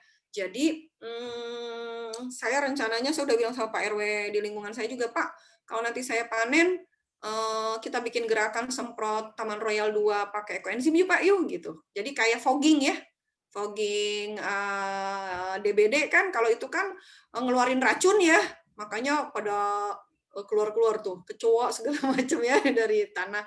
Terus kita juga jadi harus menghindar karena racun. Tapi kalau ekoenzim kan nggak masalah, semprotin di lingkungan supaya virus-virus COVID-nya bisa lari gitu. Terus kata Pak RW, kapan butik panennya? Januari Pak, masih lama. Karena saya juga baru buat di bulan Oktober, saya juga baru 1 bulan, baru mau 2 bulan. Oke, lanjut. Apakah sudah habis slide-nya? Nah, ini ya, manfaat udara, air, tanah. Lanjut lagi. Manfaat medis. Ya ini lebih advance lah nanti ya kita bahasnya ya, karena harus ada pengawasan dari ahlinya. Tapi beberapa testimoni sudah ada, jadi luka-luka bekas diabetes, bekas apa tuh bisa sembuh dengan kompresan mama enzim. Kalau teman-teman ada asam urat, terus pegel-pegel kaki itu ya, sebelum tidur siapin air di ember, airnya hangat. Kalau teman-teman pakai water heater di rumah kan tinggal kocorin aja ya. Terus di airnya hangat, kemudian kasih 1 tutup ekoenzim di air yang di ember itu, terus teman-teman ngerendam dari ujung kaki sampai dengkul lah ya, sampai dengkul aja gitu, sampai dengkul ngerendam di air yang hangat yang campuran dengan ekoenzim itu sekitar mungkin 5 menitan lah ya. Itu setelah selesai ya teman-teman keringkan, seger banget, rileks banget gitu. Jadi kalau ada capek-capek berarti bisa mengurangi biaya itu ya, masas-masas ya. Jadi nanti yang terapi-terapi urut itu nggak laku gara-gara pada berendam semua di air ekoenzim. Kalau ini semua manfaat medis ini harus ada konsultasi dulu sama ahlinya, dan di komunitas ekoenzim Nusantara ada yang mengurusinya ya. Kalau saya belum sampai ke sini, baru sampai kebutuhan-kebutuhan yang biasa aja. Nah ini mengaplikasikannya dalam kebutuhan sehari-hari ya. Jadi cukup dicampur aja. Nah ini nanti dibagikan lah ininya ya, dibagikan ke teman-teman materinya ya. Nanti tinggal lihat, oh mau bikin hand sanitizer. Sebentar balik dulu. Oh ya, boleh di sini. Ini hand sanitizer. Ya, hand sanitizer 1 mili berbanding 400 mili. Jadi ekoenzimnya 1 mili, airnya 400 mili. Tinggal kita bikin ekoenzim ini hand sanitizer, nggak perlu kita beli-beli dari mana-mana lagi kan. Yang pertama kita yakin bahwa ini organik, aman kalau terhirup, dan habis kita pakai ke tangan kita mau dipakai makan juga masih aman gitu, dan seterusnya ya. Untuk cuci rambut, ekoenzim plus sabun plus air 1:5 atau 10 gitu ya. Jadi untuk pengganti pasta gigi, ada yang giginya hitam-hitam atau karang gigi, itu dia cuma kumur-kumur buang, jadi inilah, jadi agak bersih gitu ya. Ini untuk aplikasi-aplikasinya.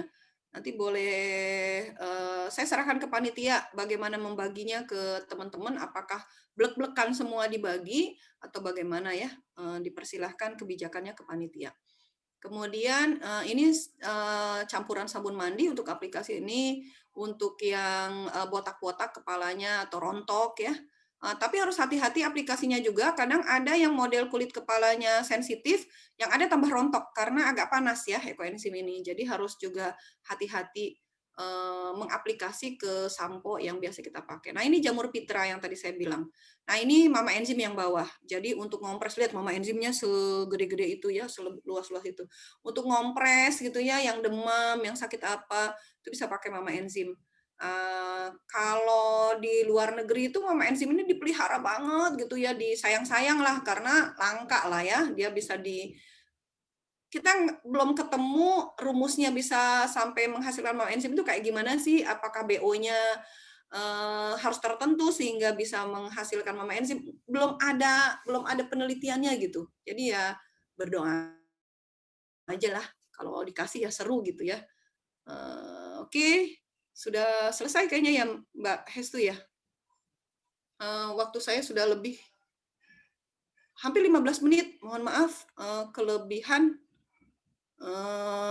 Mudah-mudahan cukup mencerahkan buat teman-teman semua. Termasuk misalnya radiasi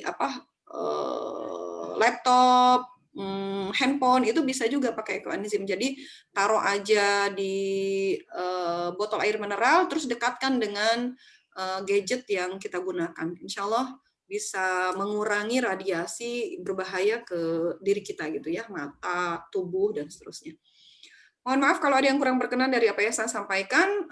Silahkan mungkin masuk ke sesi tanya jawab. Dipersilahkan kepada Mbak Yun sebagai MC untuk masuk ke sesi tanya jawab ya Mbak ya. Mangga Mbak. Ya, alhamdulillah ya, luar biasa sekali antusiasmenya. Saya sudah mencatat dari chat itu ada berapa pertanyaan ini, lebih dari 10 pertanyaan gitu ya. Tapi kalau saya lihat dari hampir semua pertanyaannya ini sudah terjawab ya. Maaf buat yang belum menyiapkan. Jadi kan banyak pertanyaan tuh di itu kan muncul. Tolong di mute videonya apa yang belum ini ya, belum peserta yang belum mute. Luar biasa pertanyaan-pertanyaannya, tapi kalau saya lihat tadi, kalau kita menyimak dari awal sampai akhir, itu sudah terjawab ya di antaranya. Tapi ini enaknya gimana ya? Apakah mau dibacakan semuanya dari lebih dari 10 pertanyaan ini, atau kita seleksi aja yang kira-kira perlu dijawab ya? Gimana, boleh, Butik? terserah MC. Saya ikut. Atau saya skip ya, maksud saya scan pertanyaannya. Yang pertama tadi pertanyaan dari Wiana, apa dampaknya bila perbandingannya tidak sesuai 1:3:10? Apakah ada efeknya gitu? Ya, besar kemungkinan kegagalan-kegagalan yang terjadi disebabkan akurasi komposisi tidak tepat. Jadi kalau mau hasilnya maksimal, ya ikutin aja 1:3:10 dan cermat pakai timbangan gitu. Karena saya sudah buktikan ada yang modelnya juga, ya yang penting ya kira-kira ya emang juga kurang berhasil sih. Oke, jadi nah, kalau misalnya gagal, apa yang terjadi? Apakah harus diulang lagi atau misalnya kita bisa manfaatkan untuk yang lain? Ya, kalau gagal itu seperti yang tadi ya, kalau dia kegagalan itu masih kategorinya 2 aja, penemuan dari para penemu risetnya penemu ekoenzim ini baru 2 kondisi gagal itu, yang tadi yang ada belatung, yang kedua bau got itu aja. Nah, kalau lanjutkan aja nggak masalah, jangan patah arang gitu ya, bikin lagi di wadah yang baru. Oh, jadiin pelajaran. Oh, ternyata kurang bagus tutupnya, kurang rapet. Oh, ternyata nyimpennya di tempatnya mungkin akan itu seru ya untuk uji coba ya. Apalagi seperti tadi saya bilang, kalau melibatkan anak-anak di rumah itu akan menjadi riset kecil-kecilan untuk calon ilmuwan ya. Nah, yang gagal-gagal tadi itu yang bau got dan yang ada belatungnya paling nggak bisa diaplikasikan untuk yang berinteraksi sama kita gitu. Jadi misalnya nggak bisa buat ngepel, nggak bisa buat semprot-semprot di dalam rumah, nggak bisa buat mandi, nggak bisa buat nyuci, nggak bisa buat keramas gitu ya. Dia bisanya misalnya untuk membersihkan selokan di rumah kita yang mampet gitu, atau selokan di rumah kita yang berbau. Atau di lingkungan kita ada sungai yang sangat kotor gitu ya, baunya tuh airnya sampai hijau terus bau gitu ya. Jadi si air yang tadi, ekoenzim yang sudah dipanen tadi bisa digunakan untuk itu. Jadi tetap akan ada manfaatnya, tetapi tidak untuk aplikasi yang dekat dengan kita gitu ya, karena sudah termasuk kategori gagal gitu. Saya ada yang gagal tadi itu yang ada belatungnya, tapi karena sampai detik ini nggak bau, masih tetap harum ya, masih tetap seperti fermentasi, seperti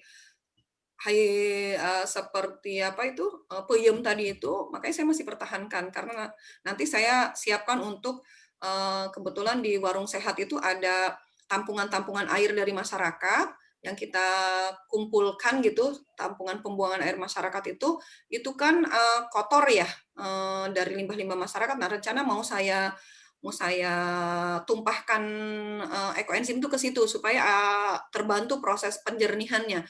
Karena si ekoenzim ini walaupun gagal, itu mikroorganismenya masih tetap ada yang baik-baik di situ gitu. Nah, nanti dia tugasnya untuk menyeimbangkan ekosistem yang ada lah.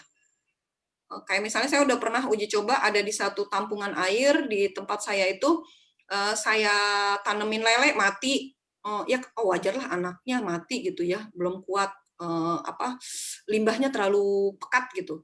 Terus saya kasih emaknya lele dong yang gede gitu ya, yang udah ukuran 1 kilo mungkin 5 gitu ya, mati juga. Oke lah, saya masukin ikan sapu-sapu, kan ikan sapu-sapu terkenal untuk nyerap yang racun-racun ya, mati juga. Wah, ini kayaknya limbah kimianya kuat banget gitu. Setelah itu secara alami saya taruh eceng gondok untuk proses penjernihan, membantu menormalisasi ekosistem yang ada di tampungan air itu. Agak lumayan tuh, nggak lama ada jentik-jentik, ada yang tumbuh gitu ya. Baru terus kita taruh ikan sapu-sapu, taruh ikan lele yang agak besar itu bisa tumbuh gitu. Nah, dengan bantuan ekoenzim kita tumpahin aja, termasuk kalau kita mau masukin ke septic tank, kalau septic tank kita ya, kan suka ada bisa bukaannya ya. Nah, kocorin aja ke situ yang tadi gagal-gagal itu loh. Yang tadi gagal-gagal itu masukin ke septic tank, nanti septic tanknya nggak bau gitu, nggak beraroma bau gitu. Di rumah sih ya. Oke. Selanjutnya. Jadi nggak usah dianggap gagal itu kemudian dibuang gitu ya, jangan. Terusin aja sampai 3 bulan. Ini banyak banget ini pertanyaan yang terkumpul, tapi saya lihat tadi sudah beberapa yang terjawab ya. Contohnya misalnya bagaimana kita mengumpulkan BO-nya, apakah bisa beberapa hari, tadi sudah dijelaskan. Ya, sudah ya, tadi materi dicicil ya. Ya. Bisa. Yeah. Kemudian apakah BO-nya harus dicuci? Tidak. Tidak. Kalau kita dapat dari mamang tukang rujak atau dari pasar, dicuci, buang ininya aja, buang kalau ada tanah-tanah, ada apa, nah itu cuci kulitnya ya. Ya, kalau saya biasanya kalau dikasih sama tukang-tukang buah atau apa itu kan saya nggak bisa pastikan itu bersih dari tanah-tanah. Biasanya saya sediain baskom, terus itu dari karung gitu, karung plastik itu saya ambil, saya celupin ke baskom, saya masukin ke campuran air sama molase. Jadi saya memastikan tanahnya aja keluar dari BO-nya gitu. Tapi nggak apa-apa dicuci-cuci bersih gitu, enggak sih. Makanya kalau BO-nya dari dapur kita kan enak ya, kita juga jadi, kalau kita ngupas mangga itu kan suka jadi kayak kotor ya, kenapa? Ada cairan dari manggahnya yang tertempel di kulitnya ya, tapi itu bukan kotor, itu nggak apa-apa, nggak masalah, langsung masukin aja ke cairan campuran air dengan molasenya. Kemudian apakah boleh nih BO yang berasal dari, apakah boleh di blender kan? Mungkin bekas sisa blenderan jus atau apa gitu ya. Itu boleh nggak? Biji-biji buah. Kalau bekas blend yang sudah di blender itu setahu saya nggak bisa karena dia udah habis ya. Misalnya kita juicer nih, kita bikin juicer ya. Kan suka ada ampasnya terpisah sama airnya ya. Nah, yang ampasnya itu nggak bisa dipakai buat BO karena udah nggak ada lagi saripatinya gitu loh, dia udah kering. Nah, itu bisa dipakainya untuk bikin pupuk organik. Jadi kalau saya dapat ilmu dari Mbak Yun juga tuh, waktu itu kita sharing ya Mbak ya, yang saya kan males nih masukin yang organik ini kemanain gitu ya. Terus Mbak Yun di rumahnya sharing tuh bikin apa itu? Yang kompos itu loh Mbak, pakai ember bekas cat itu, yang terus nanti ada pipanya bawahnya dibolongin, itu saya pakai gitu, jadi dimasuk-masukin plung gitu. Nah itu ada media tanamnya, jadi lisit lindinya itulah yang jadi pupuk untuk si tanah yang di sebelahnya itu ya. Nah, nanti begitu saya tengok 2 hari kemudian apa 3 hari kemudian, itu tahu-tahu sampahnya itu udah rendah gitu ya, karena udah terjadi pembusukan. Nah, saya biasanya yang gitu-gitu bekas-bekas gitu saya masukinnya ke dalam tempat sampah itu gitu ya, yang dia saya siapkan untuk pembuatan sampah organik. Jadi bukan yang untuk ekoenzim. Kalau untuk ekoenzim itu baiknya yang kulit itu masih ada lah dia unsur-unsur enzim di dalamnya gitu ya. Tapi kalau sudah di blender sudah ampasnya kayaknya sudah habis, jadi baiknya enggak. Tadi kayaknya saya lihat juga boleh dimasukin enggak itu bekas parutan kelapa ya?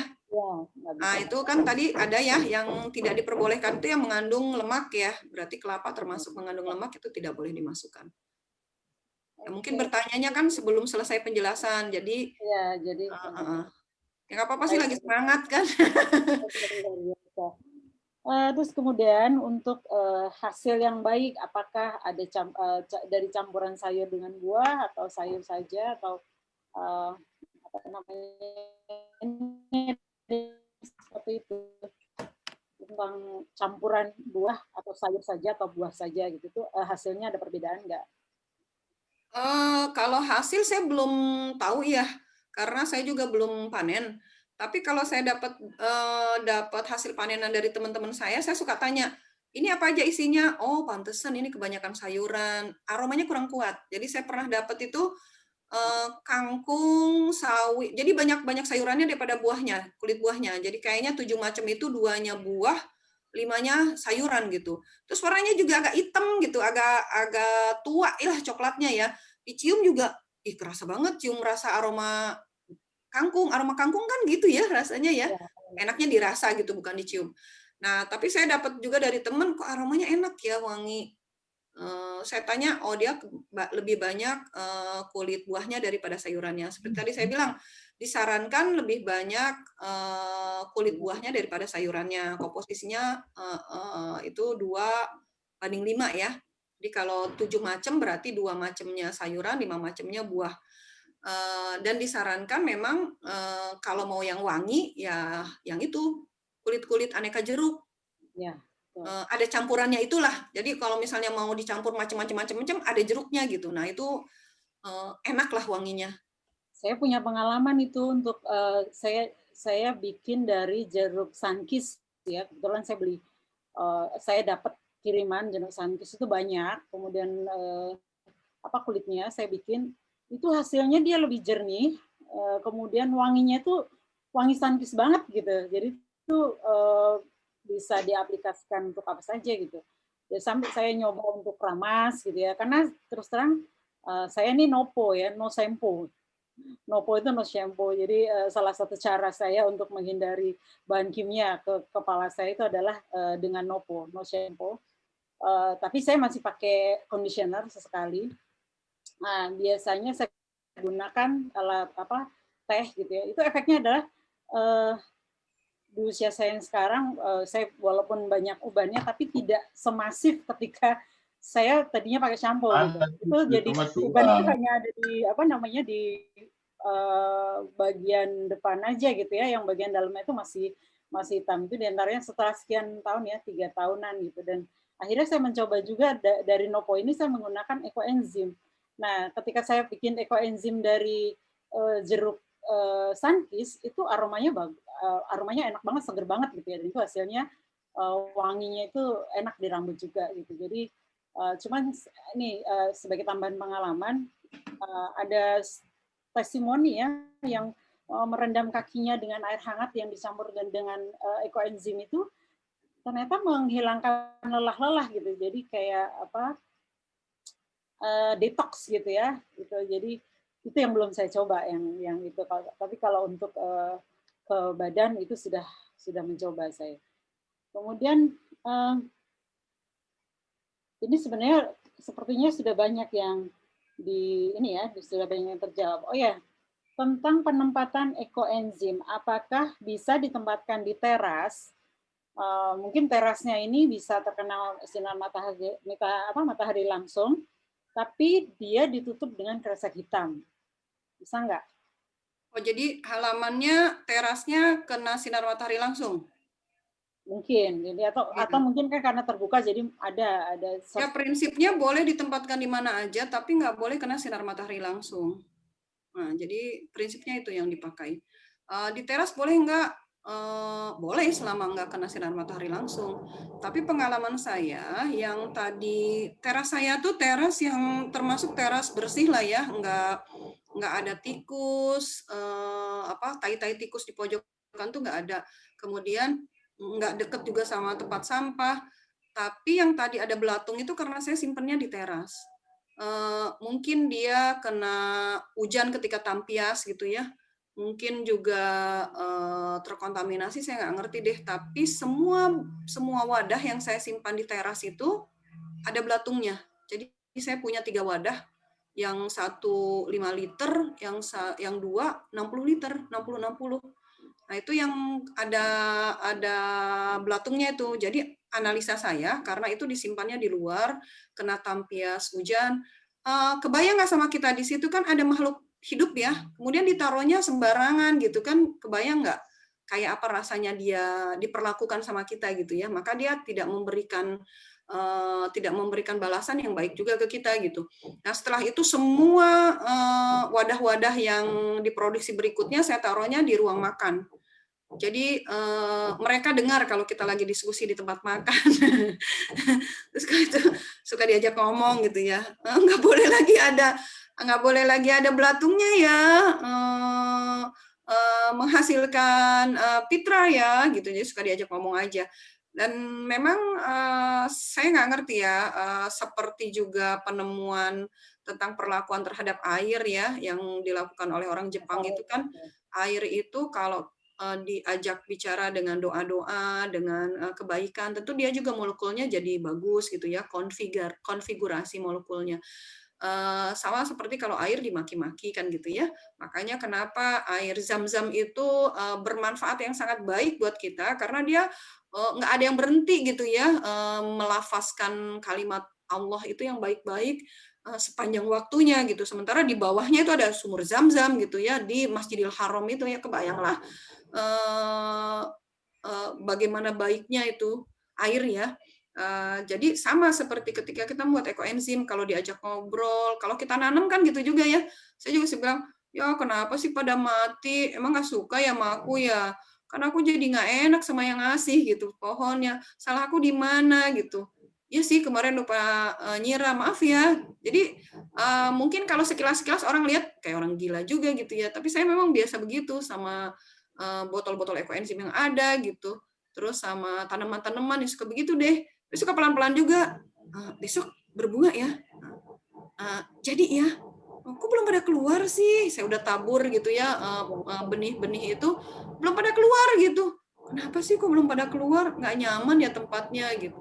Nah, itu yang saya lakukan sekarang gitu. Dan yang diselamatkan kemudian saya punya ember itu ada 5 kalau nggak salah yang 25 kilo. Kemudian ada jerigen-jerigen itu ada sekitar 5 juga, itu yang 5 kilo. Terus ada wadah-wadah karena saya konsumsi shake-nya Herbalife itu ada kali 5 juga apa 10 ya.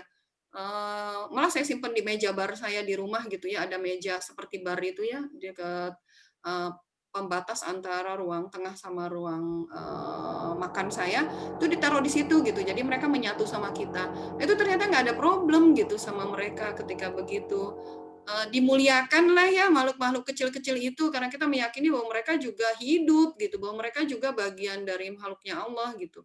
Nah kalau kebayang nggak sih secara spiritual ya, secara secara penghayatan gitu ya, kalau kita menghargai makhluk-makhluk kecil yang kasat matanya nggak kelihatan gitu ya, gimana kita memperlakukan orang yang jelek-jelek kelihatan sama kita gitu ya. Nah ini akan mengubah pola-pola kita dalam berhubungan gitu.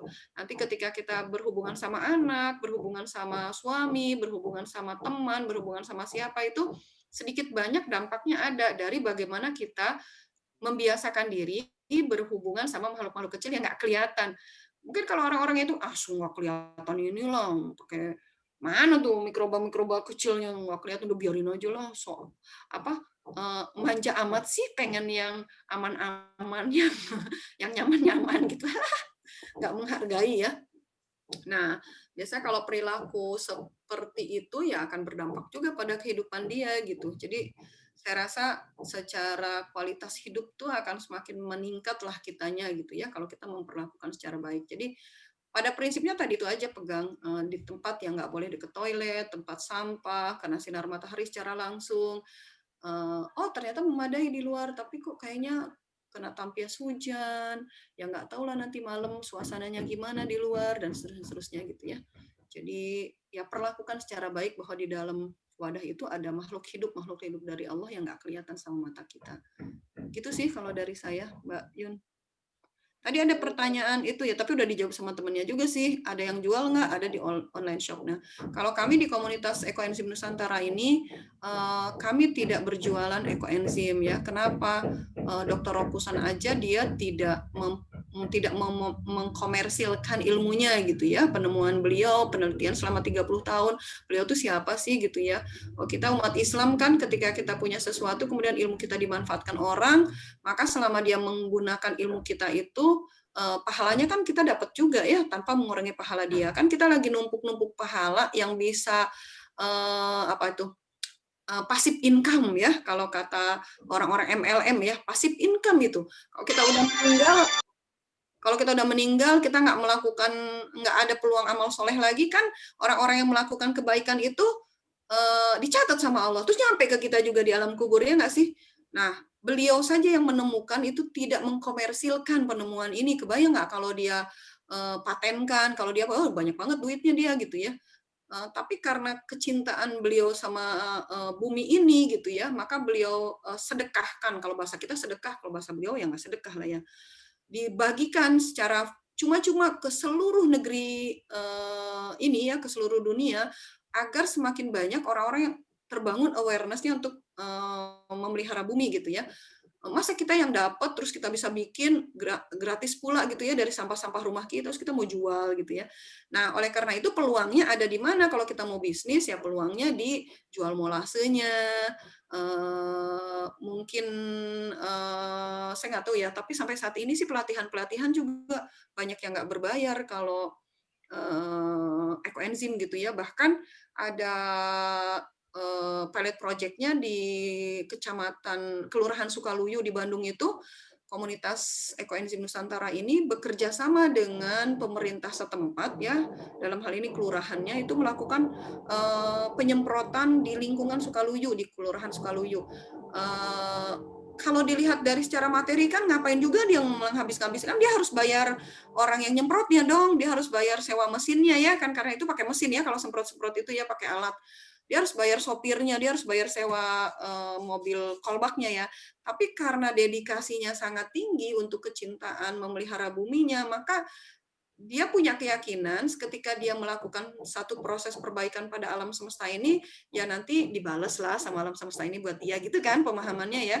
Kalau teman-teman baca buku The Secret, teman-teman baca Quantum Ikhlas kan begitu ya. Kalau kita melakukan perbuatan baik, maka alam semestanya juga membalas perbuatan baik kita itu ke diri kita, bukan ke orang lain juga kan ya. Nah itu menabungnya mungkin mereka dengan cara begitu. Jadi ada sih yang mereka pada jual-jual ada di online shop itu gitu. Tapi kalau itu jadi perbincangan juga di kalangan aktivis pembuat ekoenzim ini, ya sedih gitu ya, kenapa jadi dikomersilkan lah judulnya gitu. Walaupun nanti pada akhirnya ya kembali ke diri masing-masing. Nah, nanti sih saya berharap kita juga akan berkomunitas ya di Kota Tangerang. Kebetulan sudah ada juga satu WA grupnya sharing pembuatan ekoenzim. Saya berharap nanti kalau nanti saya panen, siapa yang mau nanti tinggal WA, nanti saya kirim gitu ya. Ongkos kirimnya aja apa kirim Gojek ke tempat saya gitu ya, nanti saya kirim, saya siapkan, karena memang saya siapkan kenapa produksi banyak ya untuk bagi-bagi sama teman-teman. Kadang-kadang pengen langsung praktek, pengen langsung nyobain gitu ya hasilnya, karena prosesnya panjang 3 bulan. Nah, yang saya sarankan sekarang harus dilakukan teman-teman, langsung segera lakukan ketika selesai ikut pelatihan pembuatan ekoenzim ini. Jangan ditunggu, antar dulu lah, ini kan masih weekend nih, masih kesono kemari, nanti aja hari Senin lah kalau sudah weekday. Nah, itu biasanya nanti melemah tuh semangatnya. Langsung lakukan. Hari ini mungkin udah selesai tadi masak ya, jadi udah nggak ada kesempatan lagi ngumpulin, atau tadi belum sempat dibuang nih, alhamdulillah masih ada di tempat sampah ya, dipungutin lah, diambilin tuh kulit-kulit buah sama bekas sayurannya, kemudian segera buat molase. Kalau nggak ada ya tinggal kontak, nanti bisa lewat panitia juga minta kontaknya Bu Rahma di warung sehatnya saya itu. Sudah tersedia mulai dari yang 600 mili sampai yang 5 kilo gitu ya kemasannya. Nah, langsung kerjakan, nanti dalam proses perjalanan teman-teman buat, disitulah asiknya teman-teman, nanti kita berdiskusi gitu. Jadi kalau cuma dengerin materi, ntar materinya dibuka, dibaca, terus nggak praktek-praktek, nggak seru gitu. Justru serunya itu ketika, iya Allah, iya ternyata begini, itu begini ya, ini begini begini. Ya, itu yang bisa jadi memperkaya gitu ya, memperkaya pengalaman kita dalam mengaplikasikan ini tentang ekoenzim ini. Itu mungkin ya dari saya. Alhamdulillah ya, ini sudah tepat jam 11. Subhanallah ya. Masya Allah, antusiasmenya luar biasa. Dan mungkin nanti kalau ada yang belum terjawab, nanti insya Allah yang sudah mendaftar, yang sudah masuk dalam grup, kita akan migrasi ke grup, di grup ekoenzim yang ada ya, yang jadi akan berpindah grupnya. Nanti di sana akan lebih banyak lagi informasi-informasi berikutnya, jadi pertanyaan-pertanyaan yang lainnya bisa terjawab. Hanya satu tambahan tadi ya, yang tentang apa yang dilakukan oleh Profesor Masaru Emoto yang peneliti dari Jepang itu ada berdasarkan dari pengalaman penelitian beliau itu saya gunakan dulu ketika saya masih aktif mengajar, itu saya gunakan banget gitu ya, bagaimana efek dari kata-kata yang kita berikan kepada anak kita, lingkungan kita itu akan memengaruhi molekul air gitu, karena tubuh kita 70% itu ada air, maka kita akan sangat terpengaruh. Contoh sederhananya aja misalnya kalau kita dimarahin dengan kata yang kasar itu langsung pasti perasaan nggak enak. Nah itu akan berubah gitu. Nah begitu juga dengan air. Kalau misalnya kita kasih kata-kata buruk, hanya kata-kata itu ada cuman setan misalnya atau bodoh misalnya, maaf ya, itu bisa langsung pecah itu yang namanya molekul, tidak lagi bentuknya sempurna. Apalagi dengan yang ada jelas-jelas ada makhluknya seperti ekoenzim. Saya juga seperti itu. Kadang-kadang saya bicara setelah membuat gitu ya. Jadi baik-baik ya kamu, jadilah kamu ekoenzim yang baik gitu. Saya ajak dialog gitu. Dari pengalaman saya juga, saya kebetulan selama pandemi ini beternak gitu. Saya punya kandang ayam. Saya manfaatkan ekoenzimnya itu untuk menghilangkan aroma yang tidak sedap di kandang. Kemudian punya kucing, membersihkan juga, menghilangkan aroma kencing, kemudian kotoran kucing dan sebagainya setelah dibersihkan ya. Jadi insya Allah banyak banget manfaatnya. Terima kasih atas kesempatannya untuk bisa bergabung di acara webinar kali ini, dan semoga manfaat ini bisa kita tularkan kepada yang lainnya dan menjadi berkah ya insya Allah, dan sampai ya tadi ya, amalan yang tidak akan ada habisnya, tidak akan putusnya. Baik, nanti peserta yang mendapatkan kesempatan untuk mendapatkan hadiah door prize ada sekitar 20 orang, nanti akan kita umumkan di grup sebelum grupnya berpindah. Nanti kita akan hubungi. Ada 20 orang yang akan mendapatkan molase, jadi bisa langsung praktek nanti insya Allah. Kemudian nanti yang mau mendapatkan molase bisa kita akan berikan kontaknya. Baik, kita akan akhiri acara kita kali ini. Alhamdulillah kita tutup acara kita dengan baca hamdalah dan istighfar. Alhamdulillah. Kita tutup dengan doa kafaratul itu